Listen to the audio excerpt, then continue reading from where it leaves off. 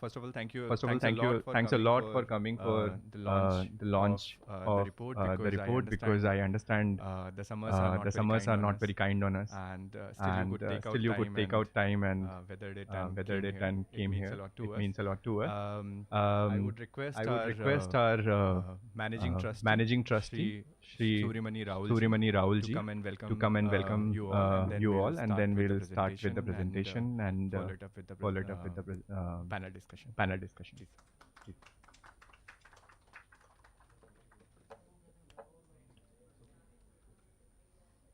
Thank you, friends. Good evening, good afternoon, namaskar. My name is My name Suryamani is Rahul. Suryamani Rahul. I extend I hearty extend welcome to hearty all of welcome you. to all of you. For this For occasion, this occasion, as managing as trustee, managing trustee, and also I like and to also I express like to express my my great opportunity great to meet opportunity all of to you meet all in of this you gathering, in this gathering, of welcoming of you on welcoming behalf you of on HEED. behalf of HEED. HEED stands for HEED Forum stands of for Forum Enterprises of for Enterprises Equitable for Development. Equitable Development. In short, it is In called short, it FIELD. is called FIELD. FIED, And it has a and it has a mandate to work mandate to work for the for the marginal farmers, marginal farmers, that is that is related to related equitable to development. equitable development. It works with a It focus works with on a focus on public-private public-private partnership in agri partnership value in chain. agri value chain.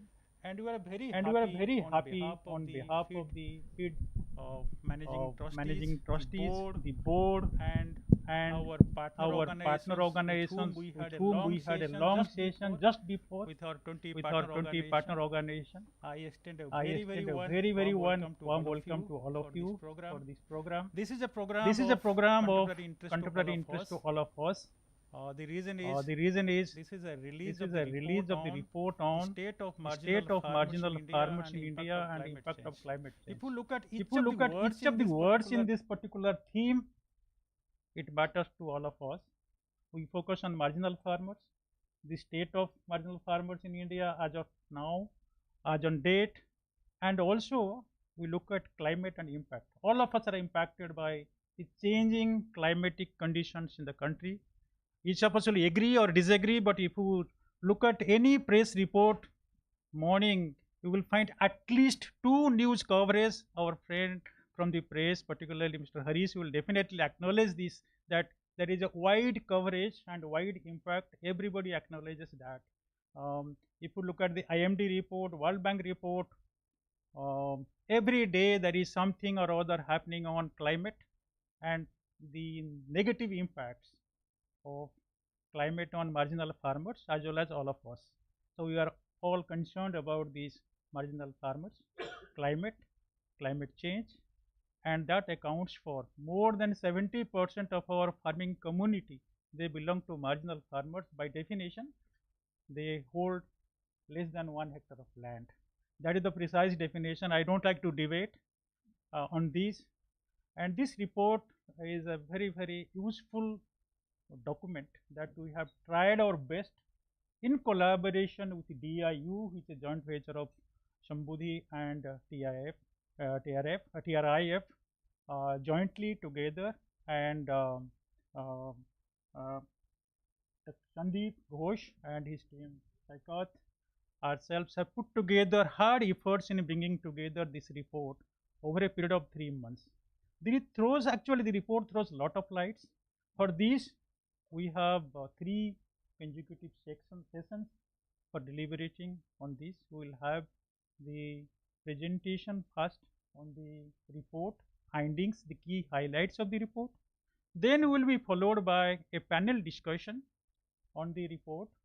We will be having 4 eminent personalities in this sector: our chairman, Dr. Sanjeev Chopra, Shamik Das from World Bank, Harish Damodaran from the press, the Indian Express, the editor, and also most importantly, Mr. Samuel from the Government of India, Ministry of Agriculture. So 4 of them will be commenting on the report, and also with their insight, their examples, their the feel of the report, how they look at the report and the findings.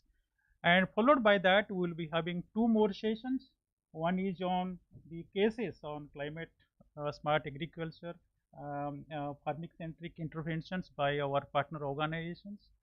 They will be sharing the second session, and the third session is going to throw some lights on private sector, how they play a role in agri-value chain initiatives. So we are compacting it to 3 hours, and we are expecting that all of you will be with us, starting from the presentation, showing the highlights of the findings of the report on the state of marginal farmers and climate impact, followed by a panel discussion on this subject, and then followed by 2 more sessions. I would like to request all of you to switch off the telephones. If you have some urgent calls, you can attend outside. Please, that will be disturbing the session because it is all controlled by the remote systems of the electronic gadgets. Number 2 is we will be also bringing the responses from the delegates. In fact, the huge number of participation speaks of the concern that is expressed by the private sector, the government, the public, the academic, and most important, the press, the media. We are all very, very obliged and grateful to each of you to be with us in this evening. And I will not take more time on this particular welcome address. I would rather express my sincere thanks to all of you to be with us, and also the team from DIU, Mr. Sanjay Ghosh, and also I will try to request our panel members to be seated here, Dr. Chopra, Mr. Samuel, Mr. Damodaran, and Shamik. Please take your seat, and you have to bear with us for 10-15 minutes to hear from our author, and also release the report at after the presentation. We can do it now. You have the documents just next to you, the report, and please, Mr. Ghosh, you can come on board and we can release the report. This is the report.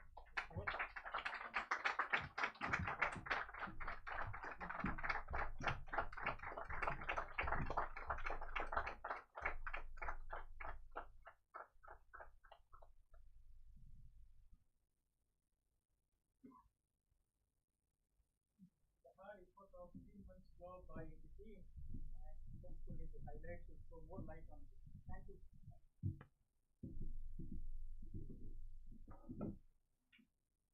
Now I invite DIU team, Sandeep Ghoshi and Sakat to come and present the findings quickly so that we can start the proceeding. Thank you.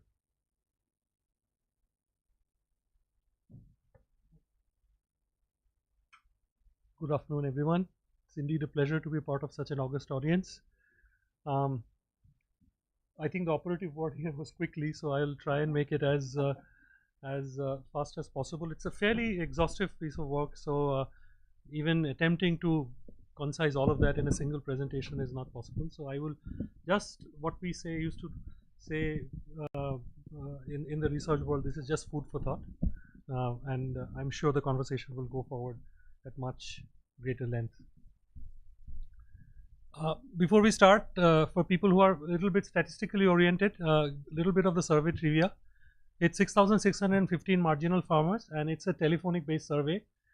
That's what we do. We have a very large panel of phone numbers cut across 22 states in the country, and we do telephonic survey. It's part of the Pan India panel, which is maintained by an entity called Samodhi panel, which is part of Sambodhi.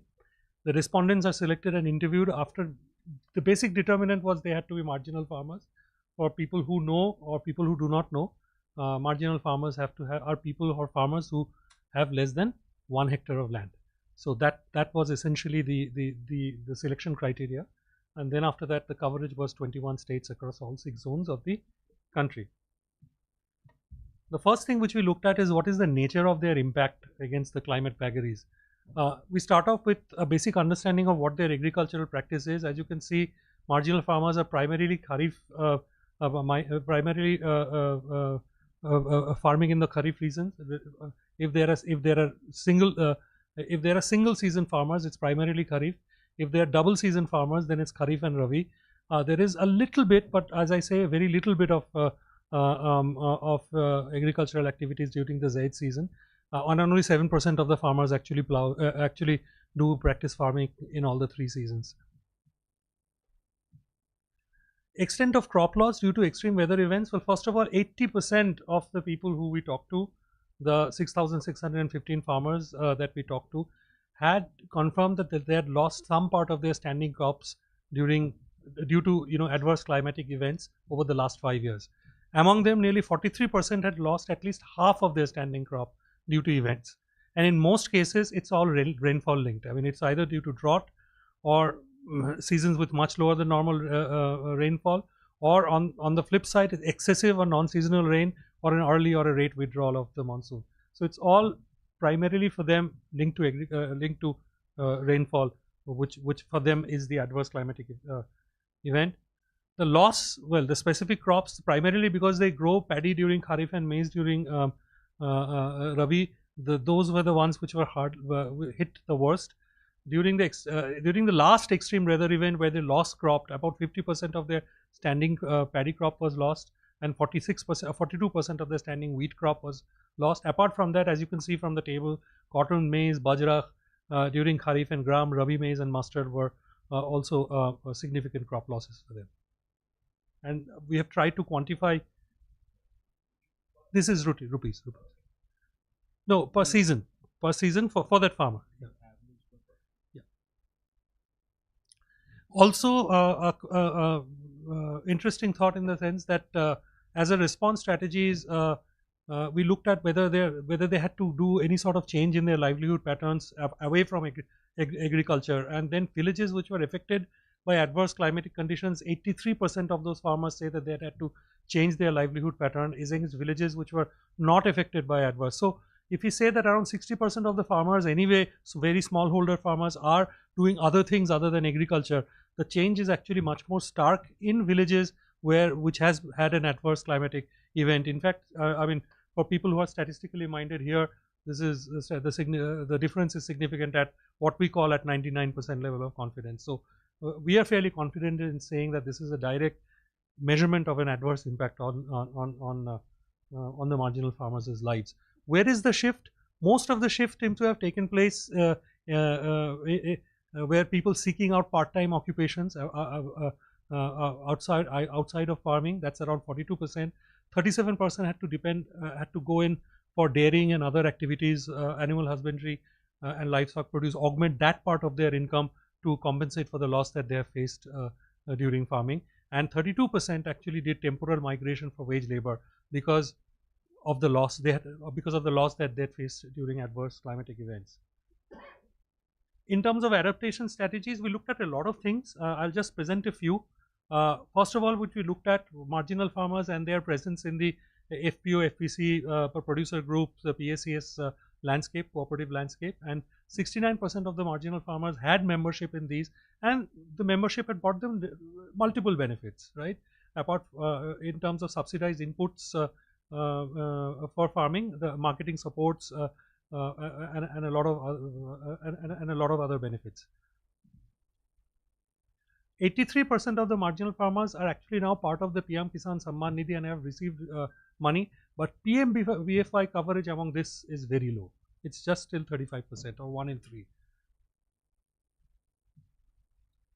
Access, actually, just to state, if you look at the last parliamentary speech by the Honourable Finance Minister, among 9.5 crore farmers, there are 4 crore beneficiaries of PMKSY. So that's around close to about 40%. So among marginal farmers, it is 5% lower. It's about 35%.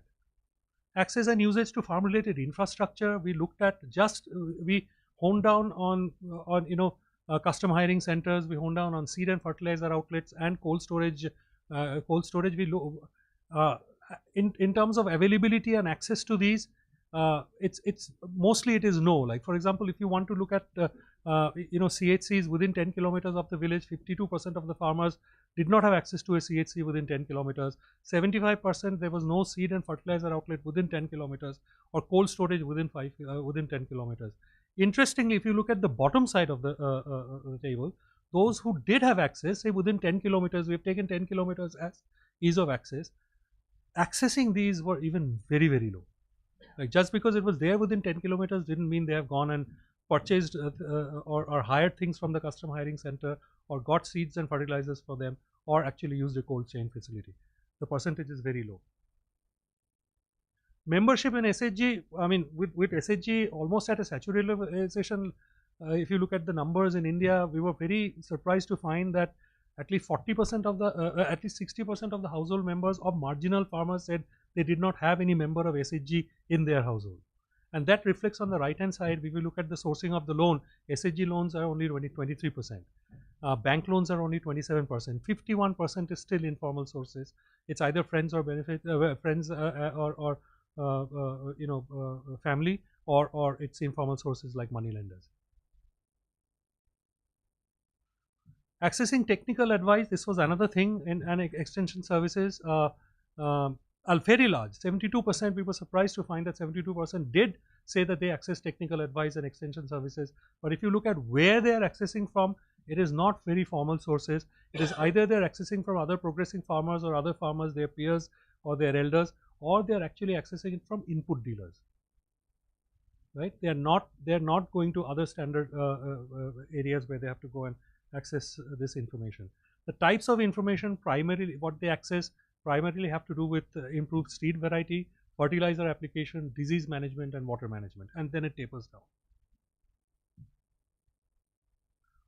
Adopting CRA practices, we looked at 7-8 different accesses, but less than 1 in 3 marginal farmers affected by extreme weather events in the last 5 years had not adopted any climate resilience. So if they had not, that means majority had adopted climate resilient agricultural practices. But if you look at what they have adopted, it is primarily to do with changing in sowing methods. That's over 70% of them.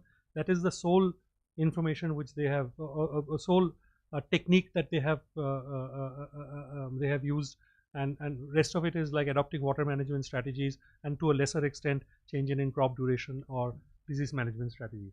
We asked them why did they go in for CRA practices? Primarily to reduce fertilizer and pesticides use, primarily to reduce to have enhanced water availability or reduce water loss. But more importantly, on the right hand side, when we ask them what are the biggest challenges that they face in actually once they get the information, adopt that information, the problem which they are facing is high upfront cost or limited knowledge. Cost seems to be a very major thematic for them. I'm not going to go through this slide because this is the standing slide or the base slide on the basis of which the next deliberation is going to happen with the plenary here. So I'm going to leave it here on the screen so that my next session they can deliberate on the way forward that has been suggested in the report. Thank you. If there's any questions, please reserve the questions till the end of this session, and then we'll be happy to take them. Thank you.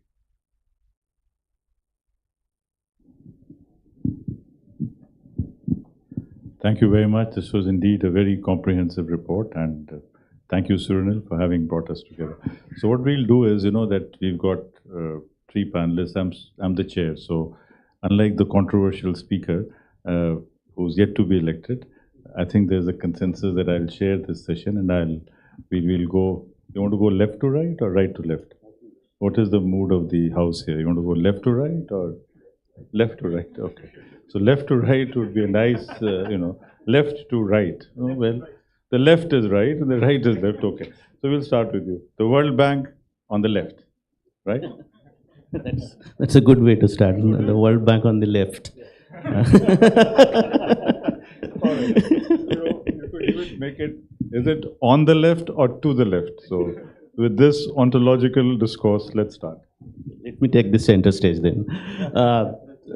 Couple of things I think I skimmed through the report. Congratulations to the team who has done a great job in structuring the report. The way it is structured, very simple, good to read, and you have really touched upon the key issues that is affecting marginal farmers today in India. Specifically, the way you have articulated the issues related to access. I think you have touched upon the access issues very well across finance, extension services, etc., etc. That's come out well. I think you very well articulated your discussion on the diversification of livelihoods and how it is impacting income. I think that has come out well. Just a quick But where I think the report could have done a much better job was on the risk identification side. I think that is where you think I think if you could look at risk and how the marginal farmers are looking at this risk that is coming from the climate impact and how they are using, how they're coping with that. I think you have come with way ahead, but I think that is somewhere I think the report could improve. This is just a couple of things on the reports. But I think I have a bigger question to ask to this forum, which I am struggling with. I don't know how many of you are thinking. Are we keeping people in agriculture as we don't know exactly what we want to do with them? It's a broader question. Are we trying to keep people in agriculture rather than looking at it from the perspective that agriculture may not be as viable as it could have been to really sustain people in sustainable livelihood and income and jobs? And are they being kept there because we are not yet clear about whether we have a way forward with people moving us? If you look at our structure of the economy, still 60% of our people are involved in primary production and agriculture. So, and with the structural changing in the economy, people have to move out of agriculture to go somewhere. So what is that shift that we need to look at, and what is the strategies? We are talking about manufacturing, we're talking about services, to how much can they absorb? I think that's the broader question we need to ask also in terms of, and the impact of climate on all these sectors, basically, not just from the marginal farmer. Although they do have but the marginal farmer, if you look at them, the farmers are paying a cost for climate from the perspective of what they are not contributing to so much. So that dilemma, how do you look at it also? I'll stop here. Maybe we can take this discourse, but I have this fundamental question of how do we think about what do we do with people in agriculture who may not be able to be sustaining themselves as a livelihood option? Thank you. Very, very bright questions, very brilliant questions. And who better than a Joint Secretary to Government of India who's with us today? So over to you. Thank you, and good afternoon to all of you who are very patiently sitting here to get some insights into what all this climate change is about and how are we going to tackle this. Honestly speaking, climate change is not an issue that we need to actually understand, study or research. Everybody is feeling it. You know, in Delhi, especially this summer, everybody must have heard about this term climate change. Of course, it was a fantastic job by Feed, and I had a chance to have a glance at the report. Probably I should read it more. What was interesting for me was the last 4 or 5 pages where they have taken pains to highlight all the initiatives of Government of India in actually making agriculture climate resilient. Now, in a nutshell, if I have to say, how do we tackle these issues? Yes, the main problem even before climate change was how do we make agriculture risk free? I mean, de-risking agriculture. And the second major issue that we always keep grappling is how do you make agriculture remunerative so that the farm income levels are able to sustain the farmers' livelihoods. Now, these are the two issues. And of course, climate change has compounded our problem. While we were yet to come to terms with these problems, we are thrown up with a new problem, that is climate change, and therefore we are bringing in these concepts of natural farming, use of technology. I know, being from the government, I can't ask questions here like the World Bank colleague did, but panelists did. But certainly, I would like to, highlight some of the initiatives which the government has taken to make Indian agriculture more resilient and sustainable. So if you see, extension was one thing, that was shown, and I handle extension. So we have seen the, extension profiling and how the extension workers actually reach the farmers. If you see, we have about a workforce of 6 lakh extension workers, frontline extension workers. And we have about 13 and a half crore, farmers. So I don't think so that 6 lakh extension workers would be able to, adequately meet the requirements of farmers and with changing demands. And these extension workers may not be fully equipped in terms of knowing the integrated farming practices or horticulture, agriculture, whatever it is, except for those in the local in which they practice. So therefore, there is a need to strengthen the extension mechanism, and digital extension is probably the way forward that we have recognized. And we are building a digital extension DPI, like your UPI or Digi Yatra. All these things are digital initiatives which are for the public welfare. So this we have named it as Vistar, which is virtually integrated extension in Hindi. So what we do here is to not build anything new, but leverage all those systems which are already there. Say, for example, if ICR has got a good content on how to tackle drought, or if good content on what are the varieties that can probably be saline resistant, all this kind of information we do have, but they are not reaching the farmers. Sadly, they don't reach the frontline extension workers also most of the time. So it should be accessible. Today, there are a lot of things we want to do at the comfort of our home, whether it is booking a ticket or anything. We don't go and stand in a line. Those days are gone. So how do you make digital extension, digital delivery of extension services at the doorsteps of the farmer? That is the prime focus, and we are building this DPI for it. And added to it, you have other, of course, don't mind if I take a little bit longer, no? Because there's so many things that I wanted to share, but paucity of time and also, but still you'll have to patiently listen to the initiatives that we are. The more Yeah. the more you will speak, the more questions you will get. Yeah. I'm ready to answer them. So we have this Kisan call center. So wherein it's like somebody calling you and then you answering. So there is a limitation to that. Farmer asking a question and your ability to answer that. It's not an UPSC exam, no, where you'll be able to answer all of them. So how do you overcome this limitation of a frontline extension worker in answering to the question very precisely, very accurately, and very contextually? Now you can use artificial intelligence, that can scan like a robo from various sources and give you the right answer. So we are building a system where all these analytics are there at the back end. So while a farmer is calling you and see, I am the tele advisor, and while I am conversing with him, he is asking me about mango pest control. So while the conversation is going on, if at the back end my system is able to scan a video on how to control mango fly in mango and then send it to a mobile phone, how will the system be? The moment he disconnects the phone, if he's having a smartphone, he gets a video on how to control, he will be thrilled really. He'll say, Sarkar to sach mein kaam kar rahi hai. So, kaam kar rahi hai. But the thing is, he should realize that. These are all systems. Why I'm highlighting is because digital systems can transform the way we are going to do agriculture in the days to come. The second aspect which I wanted to focus is youth. We are talking about climate change. I can find some youth, but at least certainly panelists are not going to be impacted by climate change. By 2050, when the carbon emissions will touch about 450 or something, I think all of us are done. So it is the youngsters. So therefore, the youngsters must be more concerned about the impact of climate change, and you need a better place for your children also. So what are you supposed to do is to act now. What we do is to facilitate that, provide you an engaging atmosphere or engaging ambience wherein you can contribute in the India growth story, how India becomes a resilient, climate resilient, sustainable agriculture country, the food basket for the world and all those things. Now, how do we do that? We specifically have to build programs like, United Nations has got, FAO has got this World Food Forum. We don't have a chapter in India. So yesterday I was, discussing with some of the representatives who had come from FAO. I said, I'll volunteer, we'll take up this cause. It's a very good thing that you engage youth. Again, it's not youth confined to the rural space. Because it's the climate change impacts even the urban youth. It's not only the rural youth get affected. In fact, urban youth get more affected because they don't get the variety of food that comes from the rural sector. So cutting across, whether it is rural, urban, we need to engage youth.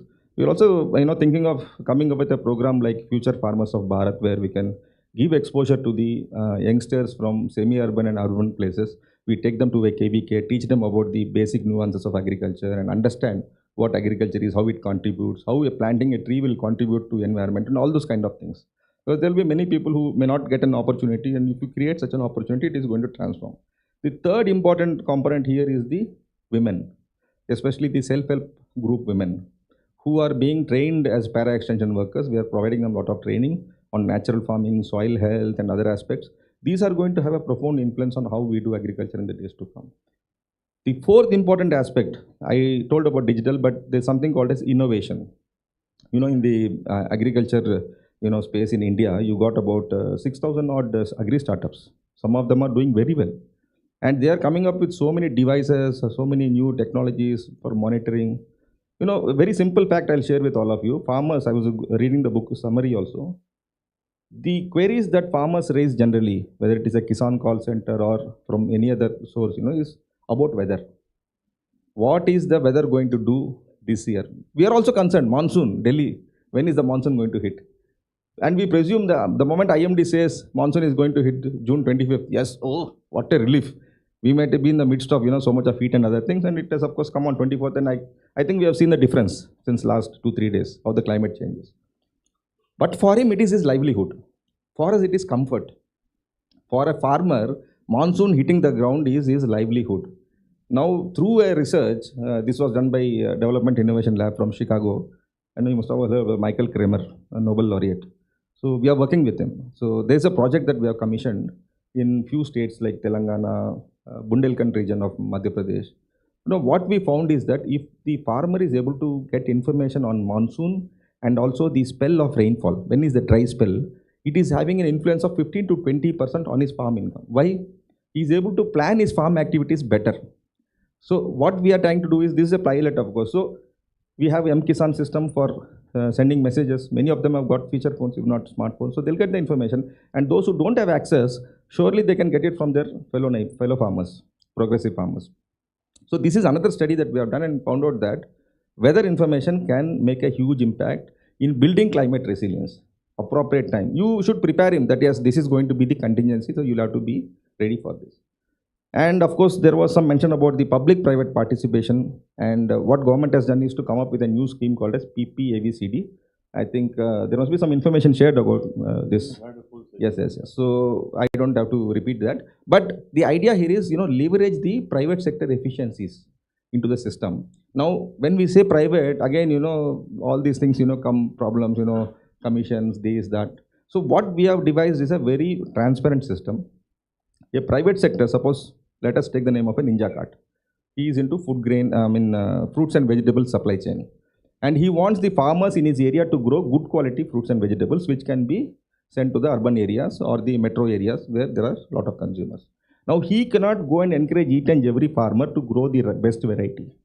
Now, the concern for an horticulture department or agriculture department is to encourage farmers to grow a good variety. Now, I have one objective, he has one objective, he has a technology, he has built a digital supply chain. Now, how am I going to bring this into convergence? So, what I do is, I build a scheme, I say, you promote the farmers, encourage them to follow this technology.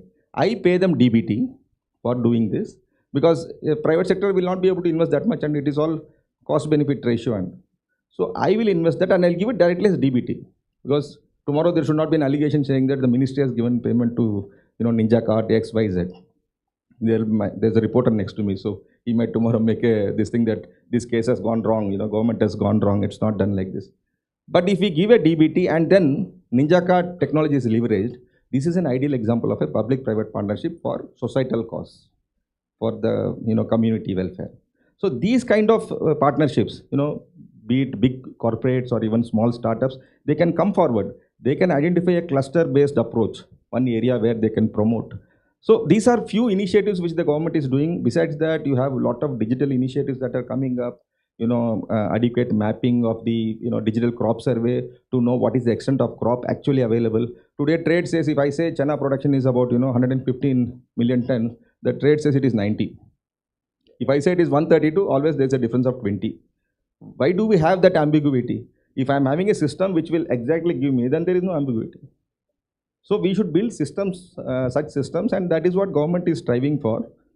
Definitely such studies and the outcomes and the findings will help government to actually channelize their efforts towards that direction. And I'm sure that with the concerted effort of the civil society, with the government and NGOs and other corporates, if all of us can come together, we can make Indian farming definitely climate resilient and sustainable. Thank you all. Very well. Yes. Do you know? Yeah, no, that's okay. I think you talked climate change in terms of only rainfall. I think the real risk now is temperatures. That is, rainfall has been, there's a problem from, prehistory. We know about entire villages being cleared out because of drought failing. We know about all this Chapania Dukal, right? The great famine of 1899, etc. So there's nothing new as far as rainfall variability is concerned. Yes, there is extreme precipitation, number of rainfall days are less and all those things. But I think the real problem today which farmers are facing is the temperature variations. Like this time we saw in central India. I don't know about the agriculture ministry projections of estimates of production, but I know that the wheat crop was very bad in entire central India because the winter didn't come till about last week of December.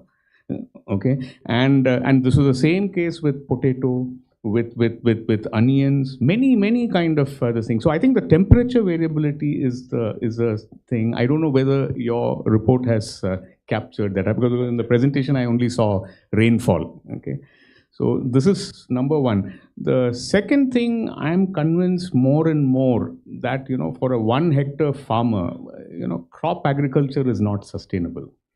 Okay, whatever you do, it's very difficult. And one of the interesting findings of your report is how the adaptation to climate change came through increase in depending more on animal husbandry and livestock produce. I think this is what I think marginal farmers should do this, because they are constrained by land but not by labor. Okay, and you look at, say, for example, an ordinary, say, farmer in Amul. He may be having just, say, 3 cows. One cow may be, it may be a freshly calved animal which will give, say, 12 to 13 liters. Second cow may be, say, about, say, 5 to 6 months pregnant. Okay, it may be giving, say, 3-4 liters. And the third animal maybe, it may be, it's already gone dry, maybe, 8, this thing. So when that dry animal starts giving milk, then the second one is this thing. So in this process, you are able to sell about, say, 15-16 liters every day. Okay, and I think that is the real advantage which a farmer has. And today we unfortunately we are not doing much research on fodder varieties. We have most of our agricultural research is on wheat, rice, etc. But fodder, is there any way in which we can increase yields of fodder? Our fodder, like, say, fodder hybrids. And in fact there are some fodder hybrids, like Co3, Co5, etc., which give up to about, say, 150 tons per hectare. 150 tons per acre. And whatever, if you have a dry matter of, say, about, say, 20%, and of that, and with very high crude protein, so the farmer can meet the entire, if I have 1 acre, I can just grow fodder. I need not grow any other crop. Okay, and I can keep about, say, 10 animals. Okay, so basically I am a fodder farmer. Okay, who basically has animals who will convert this fodder into milk. So what I sell, so I don't go into all this crop agriculture. Crop agriculture is too much. The volatility is too much, like what you're saying. One spell of unseasonal rains, it just finishes off your crop. Whereas I think animal agriculture is more. I think it is more risk. Nothing can be risk free. Agriculture by nature cannot be risk free. But I think in terms of this thing, I think according to me, whether it is animal agriculture, whether it is poultry, like, again, if I want to grow, I want to keep, say, 2,000 bird broiler farm, I can do it easily in half an acre, and basically what it requires is more labor, and you need more access to capital. I think that is something which you have brought out. Even now it is informal sources.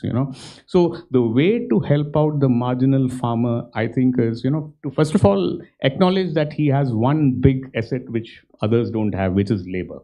Okay, and land you cannot increase, but you can definitely provide him capital, and you can provide him market. Okay, and he can grow, and he should do high value agriculture, which is basically animal agriculture. Okay, and thankfully there is a market, because I think all our surveys show that our consumption of cereals and all is coming down. Okay, whereas milk, chicken, all these things are increasing, right? And so that is another advantage we have, and I think we should focus more on animal agriculture, and that would be much more resilient, I think, to climate change. But of course, I agree, even your if like this heat, for example, for the first time we are seeing egg prices in Namakkal, cross about 7 rupees per egg, and that too during the summer. Normally in summer the consumption comes down, but this is the first time I'm seeing, egg prices cross, 6 to 7 rupees, mainly because of the heat. Especially March, you had very high temperatures, so I think there would have been a lot of mortality of birds. But still, I believe that animals are more. I mean, it's easier. I won't say it's easier, but they are probably more hardy than plants. Why? Because plants very sensitive. At the time of flowering. Every stage. It may not rain at the time of germination. After germination, there's a vegetative growth stage. It may not rain. Whereas I think the volatility is much less when it comes to animal agriculture. Sorry, I hope I haven't taken too much time. Thank you. I think we've had the first round, and I think there's some very significant points have been made. His point that do marginal farmers want to remain in agriculture, or is it a default option? It's a very pertinent question, because given the first opportunity, a person would want to quit agriculture, especially a marginal farmer, because there is, as things stand, no bright future. And he questions that, why should I be suffering all this? And in fact, as our survey shows, that most of them are now dependent on an additional income, whether it's a chowkidari job, it's a driver's job, or it's some other job. Therefore, the points which come up are the following, which the first round, then I'll go in for the second round with all these panels. One, that land cannot be increased. We cannot increase the land availability. We can certainly increase the capital. We can certainly increase the skills sets available for the farmer. We can certainly ensure that the skill sets to women farmers go up. We can certainly ensure that technologies and the tools which are available to women, they become more conducive. We can certainly ensure that market linkages take place. So the only factor which we cannot handle is the factor of land. And that also, as we were discussing in the morning today, our understanding of a marginal farmer is also a bit, there's a lot of question marks over there, because a lot of farmers are leaving farming, but a lot of tenant farmers are into farming. So that whole distinction between a marginal farmer, a bargadar, a sharecropper, and a landless farmer, that is also disappearing, because they're enterprising people who will get land. And the other phenomenon of leasing in of land, that has also started, which means that you own the land. You own the land, but you don't cultivate the land, but you're still a part of the PM Kisan Nidhi. So a lot of people, in fact, it's another very interesting fallout, that people don't want to sell the land. Because you sell the land, you lose out on that PM Kisan Nidhi. So if you work, you don't work, you're going to get a certain amount. Now, these are all negative externalities. Any system that we create is going to have its own set of implication things. But we'll go in for the next round of interventions from my very distinguished colleagues. All of them have made some very, very pertinent. The points which he has made about new extension. I mean, how do we look at extension? How can 6 lakh people who were educated about 30 years ago, train the farmers, train the young man today? Because the average age, what would be the average age of an extension worker today? More than 35, 40. We are wanting him to train a new generation of farmers, which is going to be extremely difficult, and this model will not work. Now, one thing which came out from this was that he is getting his inputs from the input supplier. Now, it's a very interesting, scenario, that the person who's pushing the sale is doing it for a very short-term objective. He is not understanding the larger value of it, but the fact is that this is the only information that's available to him. Now, this is the paradigm, and within this paradigm, how do we go ahead? That's the question, Mr. World Bank. Thanks for that classification. But yeah, I think couple of things we cannot ignore. The 4 things I think I need to highlight. We cannot ignore land, because land is a very important factor in production, and we cannot ignore land, and quality and all that comes into. comes into important, holds a lot of importance because of the way our land system is organized, the tenure issues and all that. And I see there is a very disjointed effort in when we are working to work on land. I think even though the ministries are trying, but within the same ministry also there are various ways of how do you work with land. So I think that's, and I think many people in this room can talk about land more than I do, but land is an important factor which we need to look at. Second is we cannot, although temperature is rising, I agree with you, but I think water. Water is another common property resource that we cannot ignore in our discussion on climate change with marginal farmer, and how do you really engage on preserving water, conserving water, and making sure there's efficient use of water. So that's water is one important. Capital, definitely, you spoke about financial capital and how, and I'll come to that collectivization, social capital a little bit later on. But knowledge in terms of extension and advisory is one. But our extension system, all said and done, you bring in AI, you bring in all the digital systems in the world, we are still not organized to provide last mile extension services. We are bringing these Krishi Mitras or Krishi Sakhis and all, but do we have a mechanism to really capacitate them and give them the knowledge as and when required to reach it to the last mile and make the farmer see the importance of the knowledge they are receiving? Let's ask that question to us. We have improved, efficiency have come in, but at the same time we need to look at, we have a lot to do on providing extension service, because it has to be predictable, it has to be efficient, it has to be reaching the farmer when they need it. Are we really done our beat on that or not? As from the supply side, demand side is always there, and there are other things. We have also gone into collectivization, aggregation to de-risk many things of the farmers, like the FPOs and various kind of collectives we have done. But there also we are taking a shortcut, I think, because we just collectivizing farmers doesn't mean that we are able to service them and bring efficiency to them and link them to markets.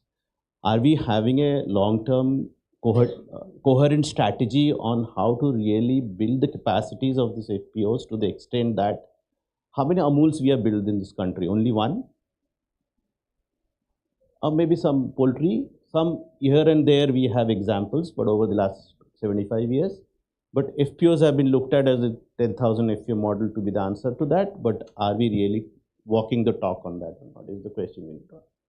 So I think there are a lot of questions still to place the marginal farmer. Again, you have to look at the marginal farmer from a perspective of a contributor to a household income and what margin they're covering. As you rightly said, it may be livestock, somebody is going for labor, to various source of labor for income, and there might be non-farm sector which might be coming up as an option to look at households. So are we exploring that, what is those sectors beyond production in the food system where we can explore better income opportunities for marginal farmers, and how do we do that? So these are the things that we need to think forward in terms of how we strategize in making India to be in the growth and creating employment and jobs for the marginal farmers whom we want to move out from their primary occupation. Great, Samik. I'm reminded, I was at Cornell and as a Humphrey Fellow. So the dean told us, that at the end of 1 year, you will not be able to get any answers, but you will ask many questions. And asking questions is the great learning. So I think we're getting a lot of questions today, and these questions will lead to answers at some point of time. So it's fair enough. It's fair enough because no one report can possibly address everything. But this year in the morning, we were thinking that next year, our theme is going to be, how do you break out of this wheat rice cycle? Because certainly with this present cycle, with this present crop cycle, you cannot get the marginal farmer out of this current orbit. So we have to get out of this orbit. So how we get out of this orbit, and my friend, Joint Secretary Extension, Praveen, right? He's already given a lot of thought to it. He's given a lot of thought to it. Maybe you can respond to some of the questions, or you can ask him more questions. No. That's an equally. I'm comfortable answering them. See, yeah. See, the issue is, of course, he was touching about extension and also about the issues of course, Mr. Damodaran was speaking land. It's a given thing that land, you can't do anything. And to overcome that limitation or restriction or that bottleneck, what we are doing is the FPO scheme. 10,000 FPOs for a country having 13 crore farmers, I think is nothing, but it is the way you begin. collectivization is something that can promote you adoption of technology, mechanization, and all those things. And we have seen in the countries, Eastern, Western countries and US and other places, how they have benefited from large-scale farm holdings. I was in Michigan last year, and I was, taken to a farm, and I was told we are going to meet farmers owning 1,000 hectares. So I said maybe about 100, 200 farmers will be there. When I went and sat there, the panel was 4 people, farmers were 2. So I asked him, are they going to come? He said he owns 600 hectares and he owns 400. So 1,000, so 2 farmers. I said if in India, I was to invite farmers owning 1,000 hectares, even if I take 1 or average 2 and all, I should have at least 500 or 600 and this all may not be sufficient. Now that is our limitation as a country. Now how do we overcome this? There is no problem that we can't overcome. Of course, a journey of 1,000 miles starts with a single step. That we are taking those steps and we are going forward. That was one thing. Second thing he said about extension. The extension, today we'll have to change. Digital is there, but still. See, the extension focus has been wholesale extension. I want to focus on retail extension. I mean, the difference is, I don't want to give each and every advisory to each and every farmer. Suppose a farmer today is growing, say, chickpea, he will be only worried about the pest that will affect chickpea and also the package of practices for chickpea. But he will be getting on his mobile so much of content which we keep getting on WhatsApp every day in the morning. So are we not frustrated seeing that content?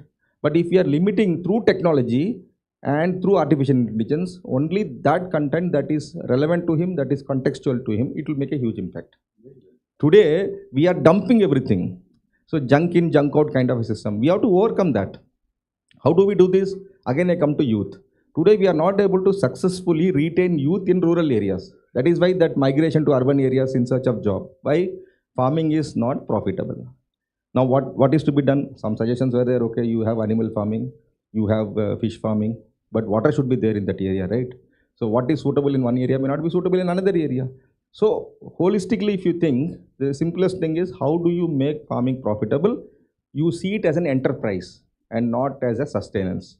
The moment you see farm as a sustenance, I have to survive in this 1 acre, no. I want to see it as an enterprise. Youth can do that. Today we are having schemes. I didn't speak about Agriculture Infrastructure Fund, which I drive in the ministry. We have created entrepreneurs. We have sanctioned about 65,000 projects under AIF, and 40,000 of them are entrepreneurs. And when we had impact study, the results were astonishing, and we were pleasantly surprised because 88% of them have taken a loan to build an enterprise or a project only because of AIF. In other words, but for AIF, they would not have built the projects. And what was the investment in those projects in this country? 56,000 crores. 56,000 crores, and if you see impact across value chain, right from primary processing, your facilities, grading, sorting centers, packing centers, ripening chambers, post-harvest losses are minimized. Our country produces about 350 million tons of horticulture, produce about 333 million tons of food grains. We waste about 10%. In horticulture, we waste about 25-30%. It is more than the production of our neighboring countries, SAARC countries. Do you know Pakistan, Sri Lanka and all put together also don't produce what we waste. So we are richly blessed. But what is ailing is the adoption of technology, integration, convergence, for which the systems are, again I said, it's important that we can't rely entirely on government. Yes, government has got some schemes, plans, programs, a list of which is already given in this. But how do people benefit from that? I keep promoting AF when I go to the states and interact and said that you call all the prospective agri startups. Word of mouth will spread. We spread through social media. So people come, more and more people come into the system, and other person says, I myself, when I went to the field visit and all, I met one person in Karad. I just wanted to share this experience. He was actually a banana, retailer, wholesaler, you can say. He used to get bananas from Anantapur in Andhra, 1 truck per day, and dispose it off, and at least 20% loss was there. Somebody told him about AF. So he said, okay, let me build a small cold storeroom, because he was having a piece of land. So he took some loan from IDBI and built it. He could store that. He could minimize his losses. He became more enterprising. He said, I'll put one more room. Today has got 6. And he says, when I asked him the question, how many manifolds, how many times your income has increased, the smile he gave, sir, kya batao? Bahut zyada ho gaya. That was the happiness that I could see. Yeah, I am driving this scheme, so if somebody can tell me, duguna ho gaya, tiguna ho gaya, bahut ho gaya, so I felt very happy. And he said, what are your plans next? ऊपर भी डालने का सोच रहा हूँ sir, because there is a lot of demand. Karad is close to Chandigarh, Mohali, lot of catchment area for consumers. So he's able to do this. So we'll have to encourage youngsters. Youngsters are very enterprising, business and all those things. Old people are, in my time, if somebody would have told me, why don't you take up business and all, no, it's not my cup of tea. But youngsters are not like that. No, I want to become a, somebody was talking about 25 quarter life crisis. Quarter life crisis is at age of 25, I should have a house, I should have a car, I should have, at the age of 25, I was not having a job really. So today the youngsters are so enterprising and so, even far-sighted.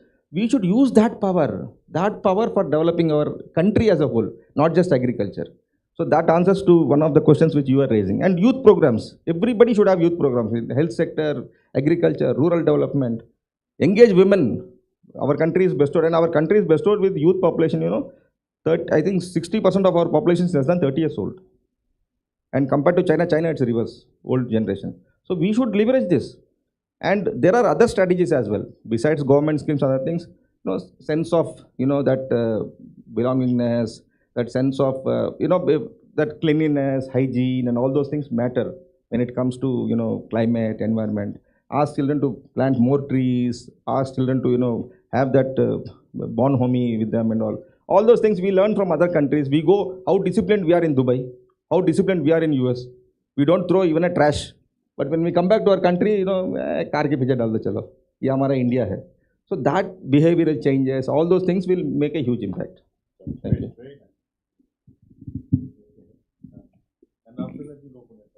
Yeah, sure. No, I agree with what you're saying that, agriculture is more a default kind of a thing. And of course, during COVID, it became a forced kind of thing, going back to the farm and all. But I still think that there's a lot of scope to generate jobs in agriculture. Okay, the old model, of farmers going and farm labor going to industry is not going to work, because we know that it's all more of automation, etc. There's a lot of labor displacement. So the old route of agriculture to manufacturing is not going to happen. So a country like India, we should examine more of diversification within agriculture. So that means you create jobs linked to agriculture, but not on the farm, but outside the farm. Okay, like exactly what you said about that gentleman who set up, we would double story, triple story, vagara. Yes, but it is, and it should be close to the farms, so they could be, near farm. Yeah. So when we need to reimagine agriculture. Agriculture need not be just the farm. It can be near the farm. It can be in grading, in packaging, in aggregation, processing. Like for example, converting onions into onion paste, potatoes into flakes, tomatoes into puree, and all close by. I mean something like you have the sugar mills, right? I mean you have sugar mills which collect cane from a radius of within 50 kilometers, right? It all comes, right? And then you are converting the sugar cane into sugar, into ethanol, into so many kind of things, and there you generate so many jobs, right? I mean a single sugar mill itself, I don't know, generates jobs for maybe about 25,000 people. So I think that is what we should plan for. We are producing a lot of raw produce, right? India is what 350 million tons, 330 million tons. I mean, it's all bogus figures, but anyway, but the fact is we are not adding value to it, and adding value to it will be the next huge job generator, including for the marginal farmers. So I envisage a future where for marginal farmer it will be more intensive agriculture, which will be animal based kind of a thing, and then you have jobs which will be around, and one last part which I wanted to talk about.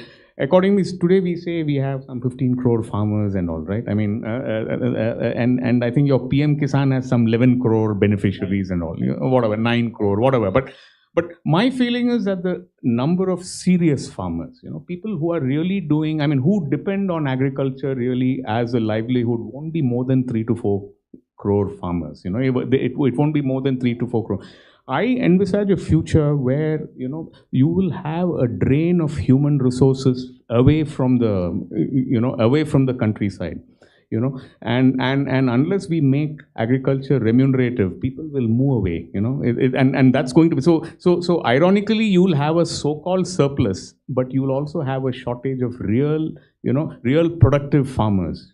When we talk of productive farmers, you have to look at not only the farmer, but the farmer's daughter, granddaughter, whether they will continue to farm, that land. And that is going to be a real crisis for India, because we have so many mouths to feed and these things. And this can happen, within, you won't notice it. It'll happen over, say, 10, 20 years, because I know, because my grandfather used to farm. My uncles were not interested in farming, and I don't farm, so...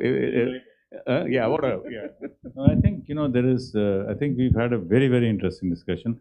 We'll have to close, but we'll take 5 or 6 questions. Another issue that comes up is that, because I come from Uttarakhand, and the number of villages, the number of farm villages which are disappearing is also very high. And there is actually, if you look at it, there are 3 other phenomena which are happening in the country. One is urbanization in a very big way. The other is migration in a very big way. Migration. The third is the feminization of agriculture in a very big way. But coming from Uttarakhand, I can tell you there are large number of ecological implications of people giving up farming. And that again is linked to issues like, land titling.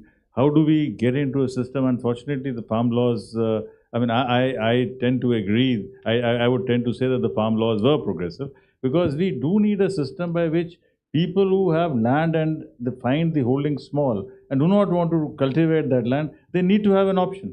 That's one thing, but we'll have that. The one thing which I wanted to share with you is that most farmers in this country today are marginal. Most farmers in the country today are marginal, and that's what our report highlights. So what our report highlights is to bring out some of those aspects which are normally buried in several statistics, in several data. So I would urge you all to go through this report, and we have some 10 minutes in which you can quiz my panelists, anyone except me. Yeah. Yes, sir, go ahead. We'll pass the mic around. Bharat, take the mic around. Then you have to leave one mic with us also. Yeah, please address your question to either of the 3. Okay, so I think audible to everyone? Yeah. Okay, so thank you so much. My name is Krishna Kumar. I am a chairman of one of the school, Buddha World School, which is there in Bihar. It's in a rural Bihar, Vaishali. So because I deal with around 700 parents, and most of them are farmers or linked with the farming community itself. 2 things which I like to talk. One, APJ, whenever I met few times APJ, and he used to talk about PURA, providing urban amenities in rural areas. Being an alumni of JNU, I thought that I should go back to my place and do something innovative for my place to provide these urban amenities at that area.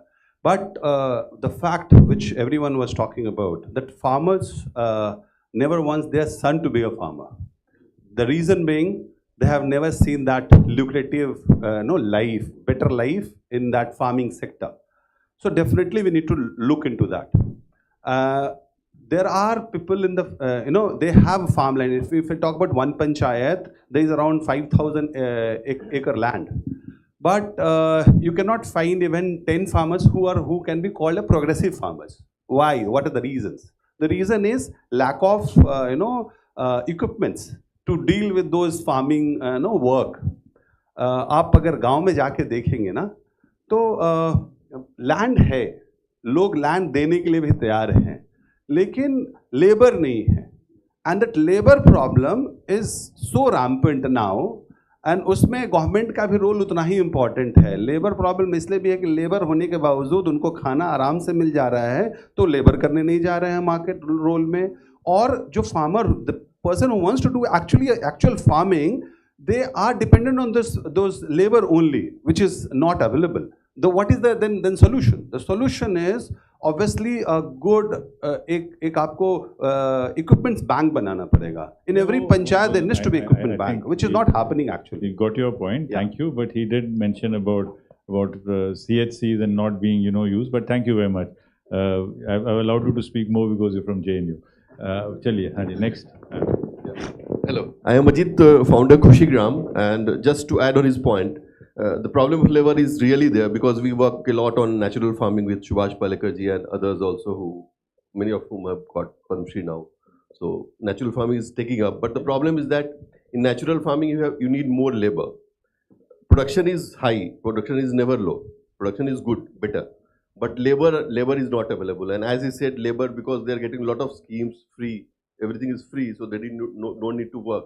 So this subsidy culture, free culture has to be reduced drastically. This is very important. Otherwise, we won't have food to eat, we won't have water to drink, and we won't have clean air, because everybody will be in Delhi, NCR, and Mumbai and all, and will be in slums, and will be just guzzling all those petrol, diesel. So the solution, what we can do is we have to have an integrated system, like food processing.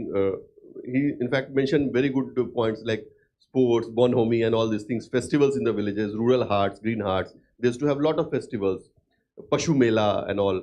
And then sports. Sports can be a good business in the villages. And then the houses, the kind of houses that were there earlier, like gobar houses, bamboo houses. Gobar houses have 10 degree less थोड़ा सा temperature. सवाल ये आता है कि हम ये सब चीज़ें रिकमेंड करते हैं उनके लिए जो हम नहीं खुद यूज़ करने को तैयार।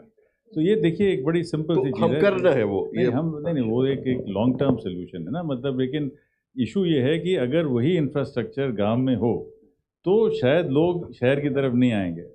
अगर से if 24 how many times does Delhi face an outage? Delhi can not face an outage, Calcutta can not face an outage because the government हिल जाएंगी। लेकिन if you go to the remotest village in Pithoragarh, if you go to the remotest village in Bengal, there is a power outage. So यहाँ तो policy level पे ही उसी गांव का आदमी शहर क्यों आ रहा है? He is coming because he doesn't have 24/7 electricity, he doesn't have 24/7 internet connectivity, right? So like sir kahan, matlab let us understand the thing. But any case, these are some concerns which we will take. I don't think we can respond to these questions. Can I take Any more 20 questions? seconds only? Only 20 seconds, okay. Really? हमारे यहाँ apartment में गाजियाबाद में इंदिरापुरम में we had huge outages अभी इस गर्मी में। और क्या हुआ प्रॉब्लम कि लोगों के एसीज नहीं चले। तो I was very happy because I don't use AC. सबने बोला आप तो बड़े, आपको तो बहुत आराम होगा। मैंने बोला बिल्कुल आराम है because I stay with the nature. Thank you. Thank you. So that's something. Anybody? Yes, ma'am, please. Thank you, sir. I'm Malavika Datlani. I was Joint Director Agriculture of Indian, Joint Director Research of Indian Agriculture Research Institute.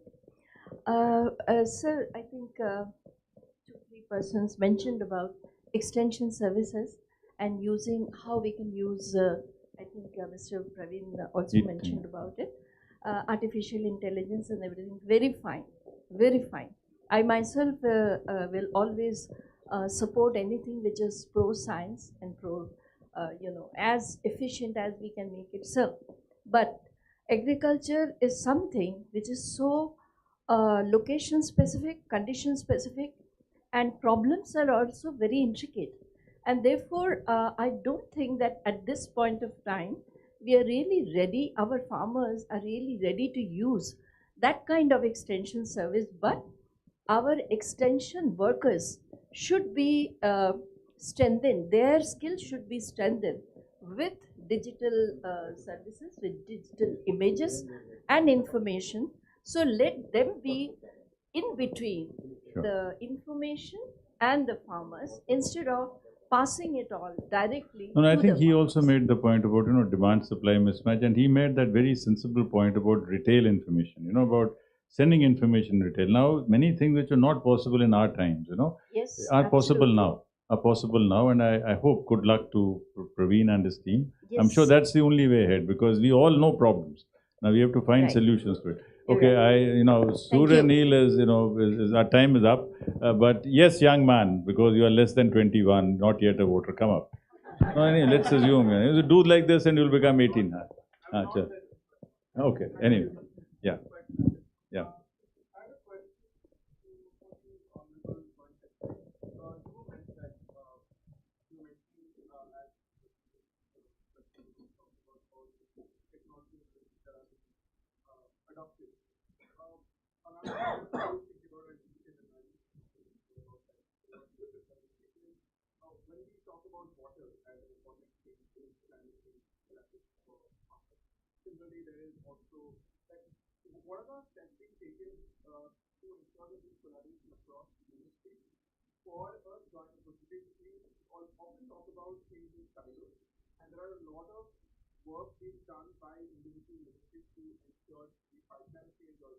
Okay. How do we work together? Right. Okay, so this is the, so we've had a fair round, so over to you. No, it's a good question actually. See, I want to also answer to you, ma'am. The problem is, if I would have told you about UPI in 2009, okay, that was the time when we conceived UPI in this country. I don't want to name who it is and what it is. When this idea was told, the people ridiculed. They said, मैं जाके check डालता हूँ 4 दिन बाद मेरा पैसा credit होता है and you say from my mobile payment will go. Today, can you live without UPI? All those who are using smartphones, can you live without UPI?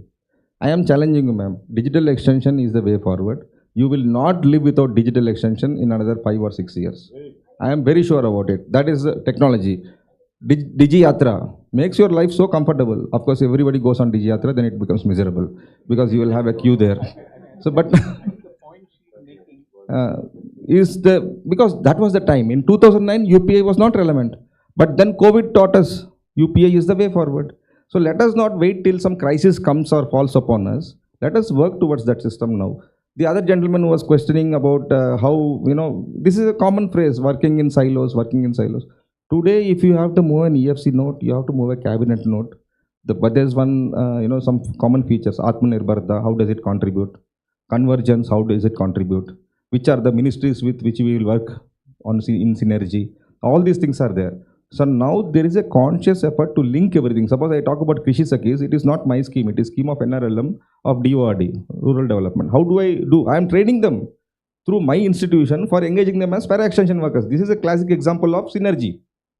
I am providing AF loan and converging it with a subsidy for cold storage coming from MOFP, Ministry of Food Processing Industry. This is a classic example of convergence.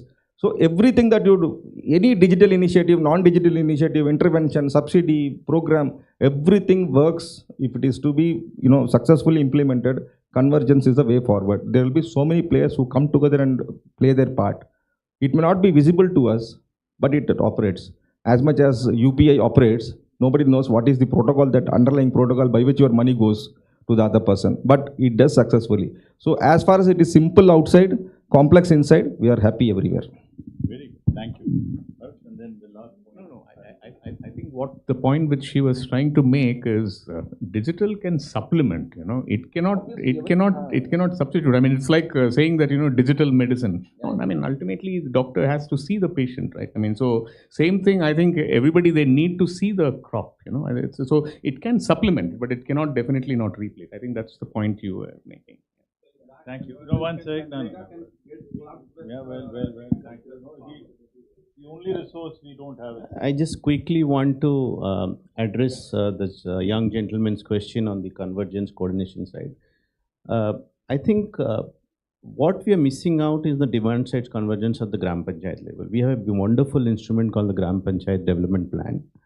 And there, if you look at Kerala as an example and a model, I think the way they're bringing the climate aspects into it also very clearly mentioned what are the Gram Panchayat to do. The decentralized approach to convergence and coordination. I think somewhere in a discourse of our development work, we are not getting into that at all, of looking at the institution of convergence at the last mile. It is the Gram Panchayat. What we are talking about schematic, which is important, schematic convergence and coordination. And if you don't link these two both, it's not going to work and stop here. Yes, ma'am.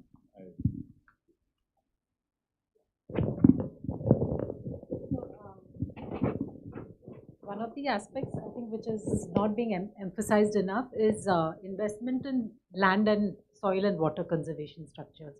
Because especially in large areas where there are, tracts of small and marginal farmers, this has found to increase the productivity, increase the area under cultivation, and also increase agricultural incomes, and also mitigate migration to a certain extent in those areas. So I think a little bit more focus should be brought back on this as part of the entire package of investments that need to be done.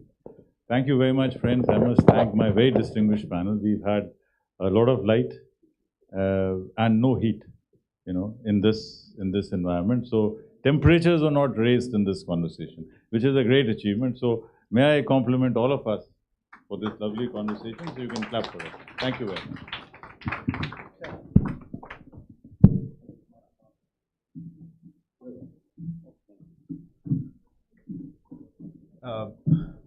people who are willing to download the report, you can use the scanner code. The scanner codes are also on the standees outside as well. So if you want to go in, do it out while going out.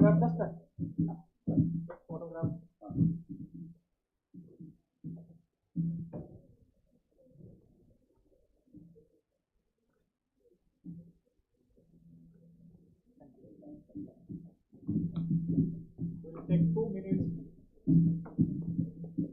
to wrap up here and then get into the next session. And we're planning to. So as we are running late for. We are running late by 15 minutes. We'll try to cope up. Yeah. 2 minutes will come.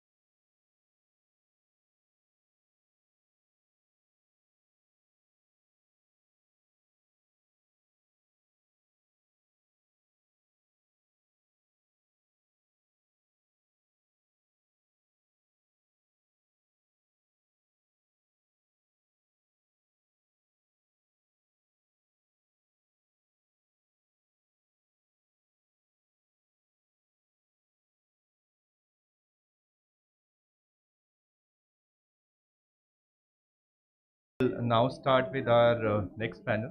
Let me just. Yeah. Bring the house in order. We'll start soon.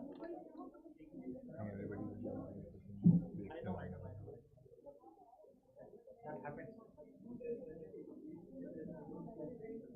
No, we're not giving break. We're not taking break. 2 minutes for converting the chair. We are not breaking actually. We're not having a session break. Please. That is announced earlier. Please.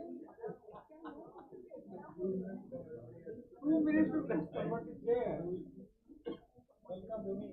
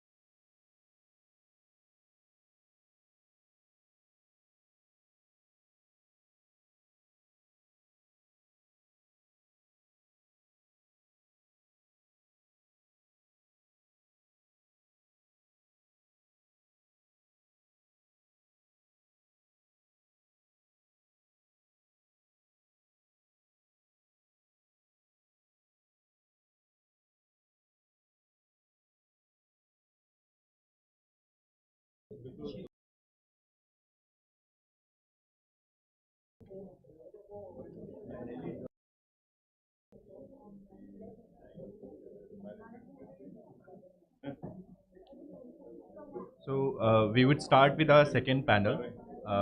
The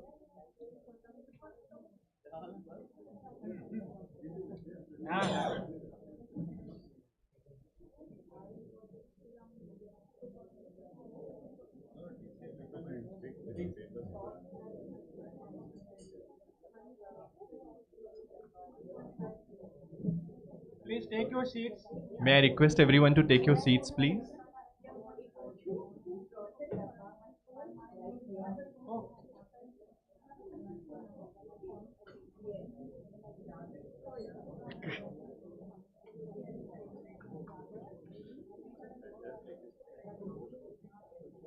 Prank कर दिया आपको.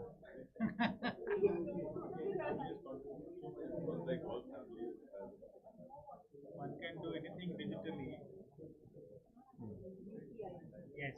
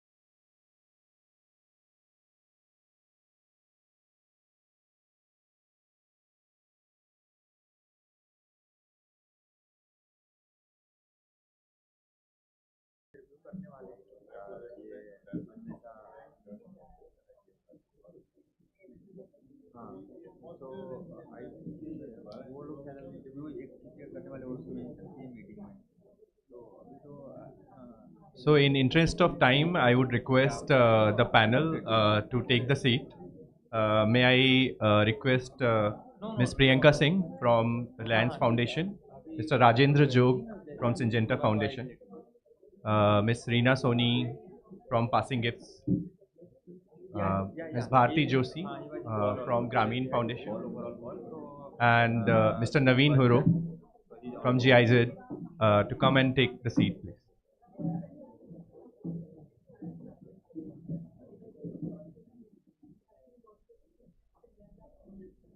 And I would request Surimani ji to moderate the session.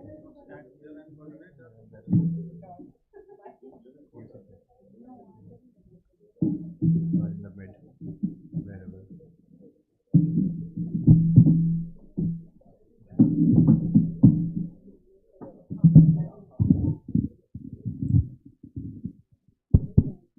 Friends, we'll start this session. Welcome everybody. Priyanka, Rajendra ji, Reena, Bharti, Naveen. Yeah, still the house. So Praveen and Naveen. Okay. Last time our chairperson managed to get right and left. I don't know how to start, but I will definitely start from the middle. Better to start from the middle. There are five people. I can take a very, very balanced approach in starting with the middle. Right. Actually, the marginal farmers are not missing middles. They are not missing middle. They are missing. Right. So with this statement, actually. The panel is very, very well-known figures in this sector, and what we are really looking for actually to listening from each of them about their own experiences in their respective organizations, how they are trying to deal with the situation in the programmatic field coming from the micro perspectives, macro perspectives, and the report findings that we just highlighted, and also listen to four members last session. So I would request Irina, middle, being in the center.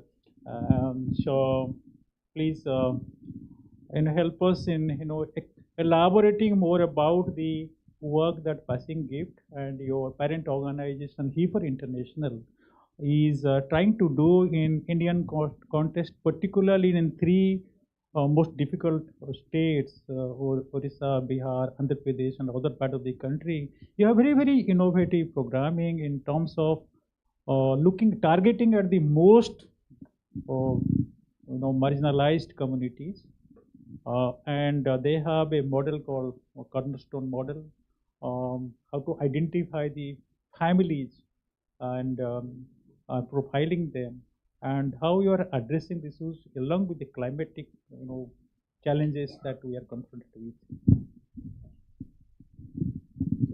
Thank you so much for having me on this panel. So Passing Gifts is a wholly owned subsidiary of Hafer International, and we have been operating in India since 1955, and we work with marginalized farmers and particularly women farmers. And the work that we are focusing on, and the gentlemen in the previous panel were really talking about diversifying income, and they said that the way forward for a marginal farmer to help him come out of this climate impact, etc., is to diversify income and move into other forms of income, not just agriculture income but also income from animal production. So we at Hafer and Passing Gifts provide technical training on animal management, and also provide options of diversifying income to increase the resilience of farmers by concentrating on value chains like poultry, goat, and also on regenerative agriculture practices like organic farming, looking at zero tillage, etc. And also a very important part of our work is not just providing this kind of training, but ensuring that the farmers that we are working, and it was also discussed in the previous panel, that how are we able to convert them into entrepreneurs. And we have a term that we use, and we say we develop a cadre of community agro-vet entrepreneurs whose role is to provide better animal management practices and animal healthcare practices at the grassroots level, where the extension workers are also not able to reach. And we work with the most marginalized. So in Bihar, for example, we are working with the Musar communities. In Orissa, we are present in Keonjhar and Mayurbhanj districts, and there we are working on backyard poultry. What is very important and integral to our work is the value-based holistic community development model that we have, where the marginalized farmers are at the center, and we say that we develop solutions which are locally led along with them, because they know the solutions the best. And another very important part of our work, and that's what reflects in the name of my organization, Passing Gifts, is the philosophy of passing gifts. So what is this? That this is a integral part of our programming, where whatever is deployed in our program with the community, they pass it on. So for example, if we are forming self-help groups, there will be original self-help group, but there is a pass-on self-help group which this self-help group form. Through this we are able to create a ripple of change, and the donors, the recipients, the community members who are participants, they become from recipients, they become donors. So this is the kind of work that we are doing at Passing Gifts.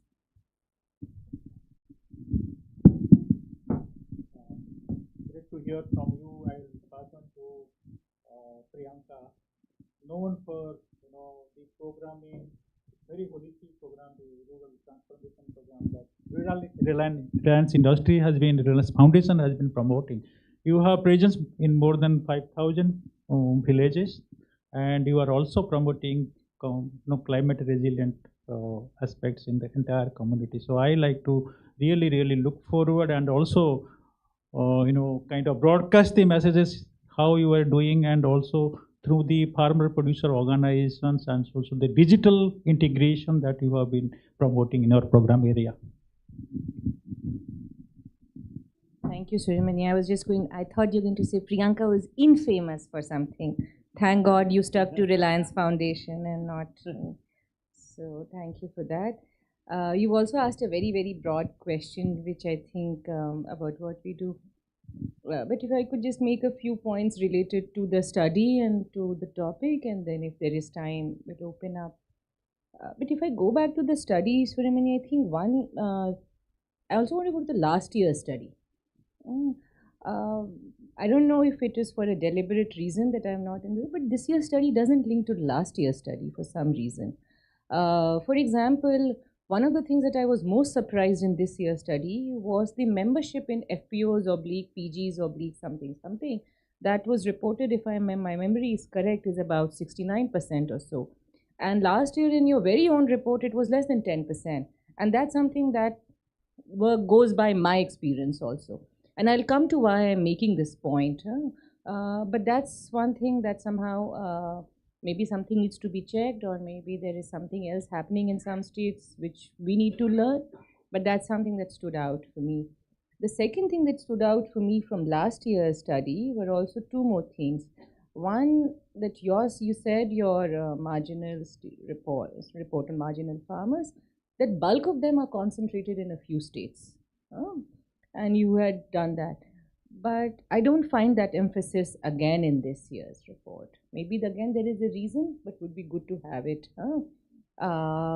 Because what's happening then in there, and because if you were to plot a matrix of climate variabilities, especially volatility, what is it called? Volatility, whatever it is called. But that with this.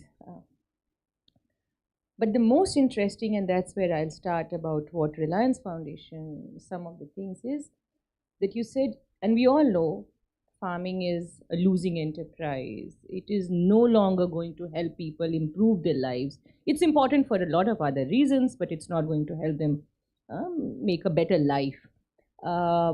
Yet, to quote your last year's report, it said 84% of the farmers who have lost their crops have said they don't want to sell the land.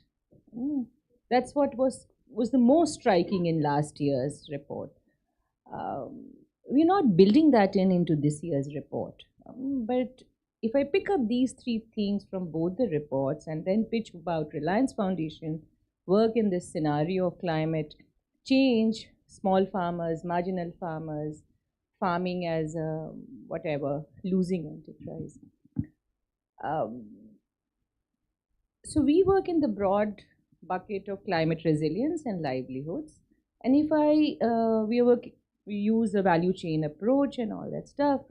And if I pick up the data from the top 5 value chains out of the 27 odd value chains that we work on, and if I pick up the data from the top 5 value chains, despite the fact that we work end to end on a value chain, our data says that the gains are actually more on the production side than on the market side.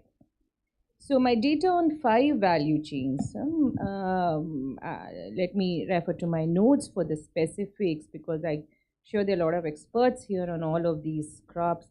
But we looked at staples like wheat, paddy, maize, also chickpea, soya bean. So if I look at these 5, the gain per acre from productivity measures and the gain per acre from market measures, in most cases, productivity gives you more gain. I do realize that productivity will hit a ceiling at some point of the time or the other. I'm fully aware and cognizant of that fact, yet I'm making this fact and using this data to show.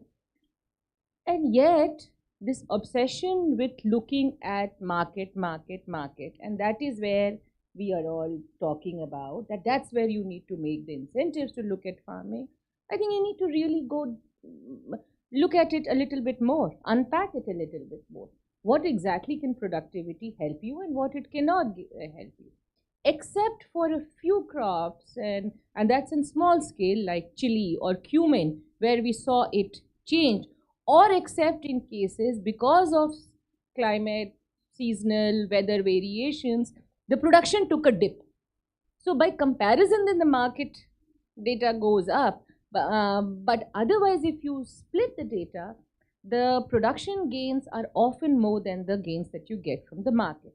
Mind you, I'm not saying that the interventions on the market are not important.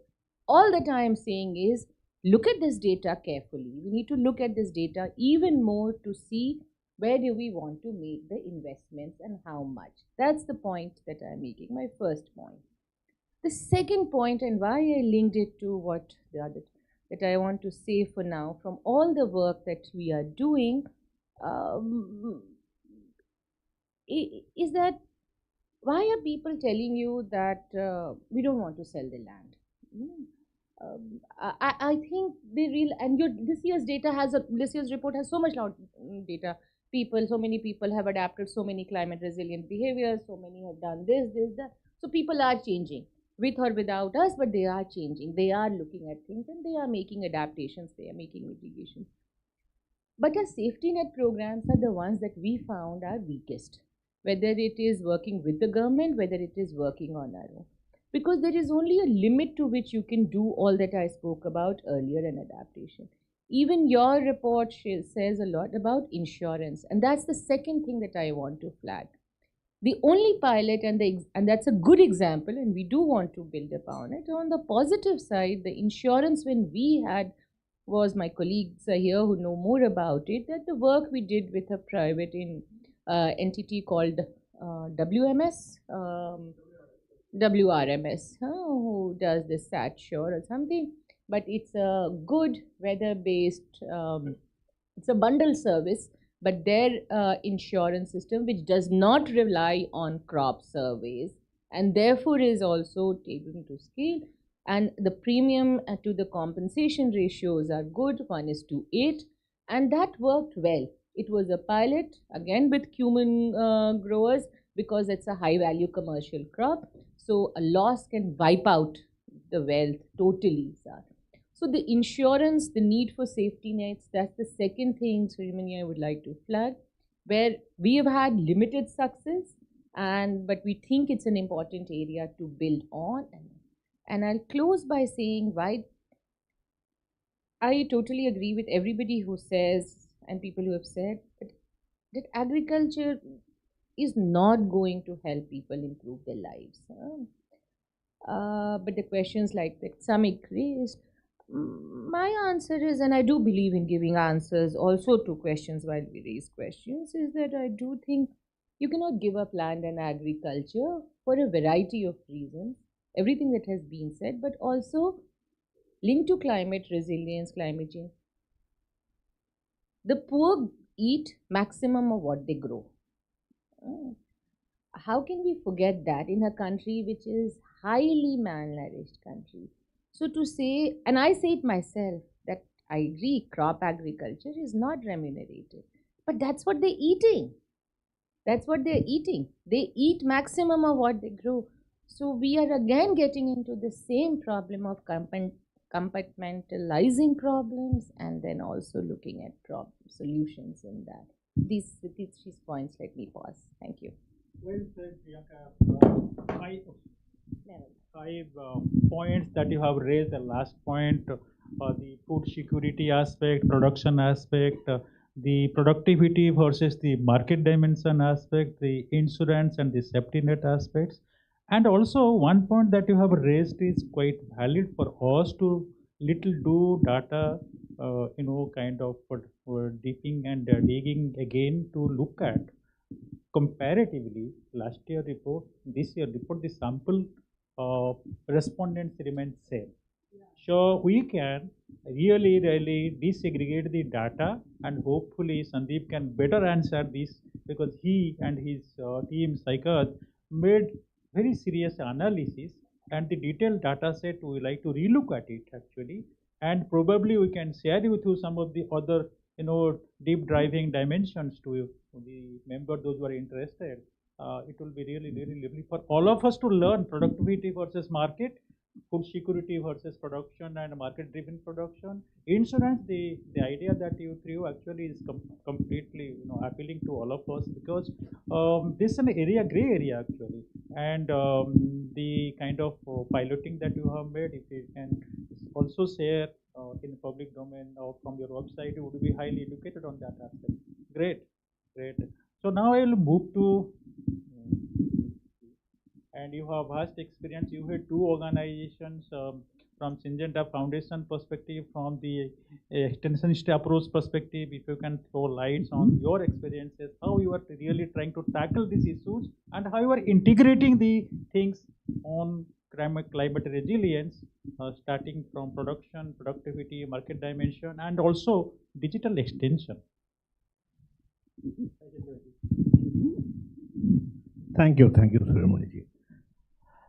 Yeah, I mean, if we look at the key takeaways from the report in the last slide, which was left for the audience to look at when we started the group discussion in the first panel, I think the first point or one of the important point mentioned there was a lot needs to be done in the area of education, training, extension support, especially when it comes to marginal farmers.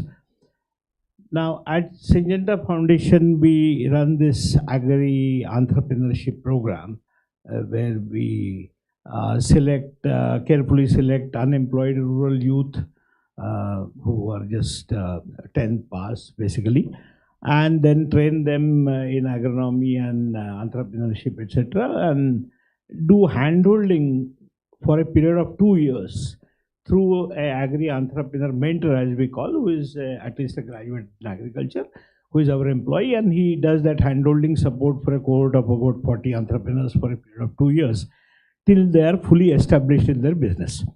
And then they move away. And this entrepreneur is a hyper-local last mile service provider based in that village who supports about 150 farmers in that village.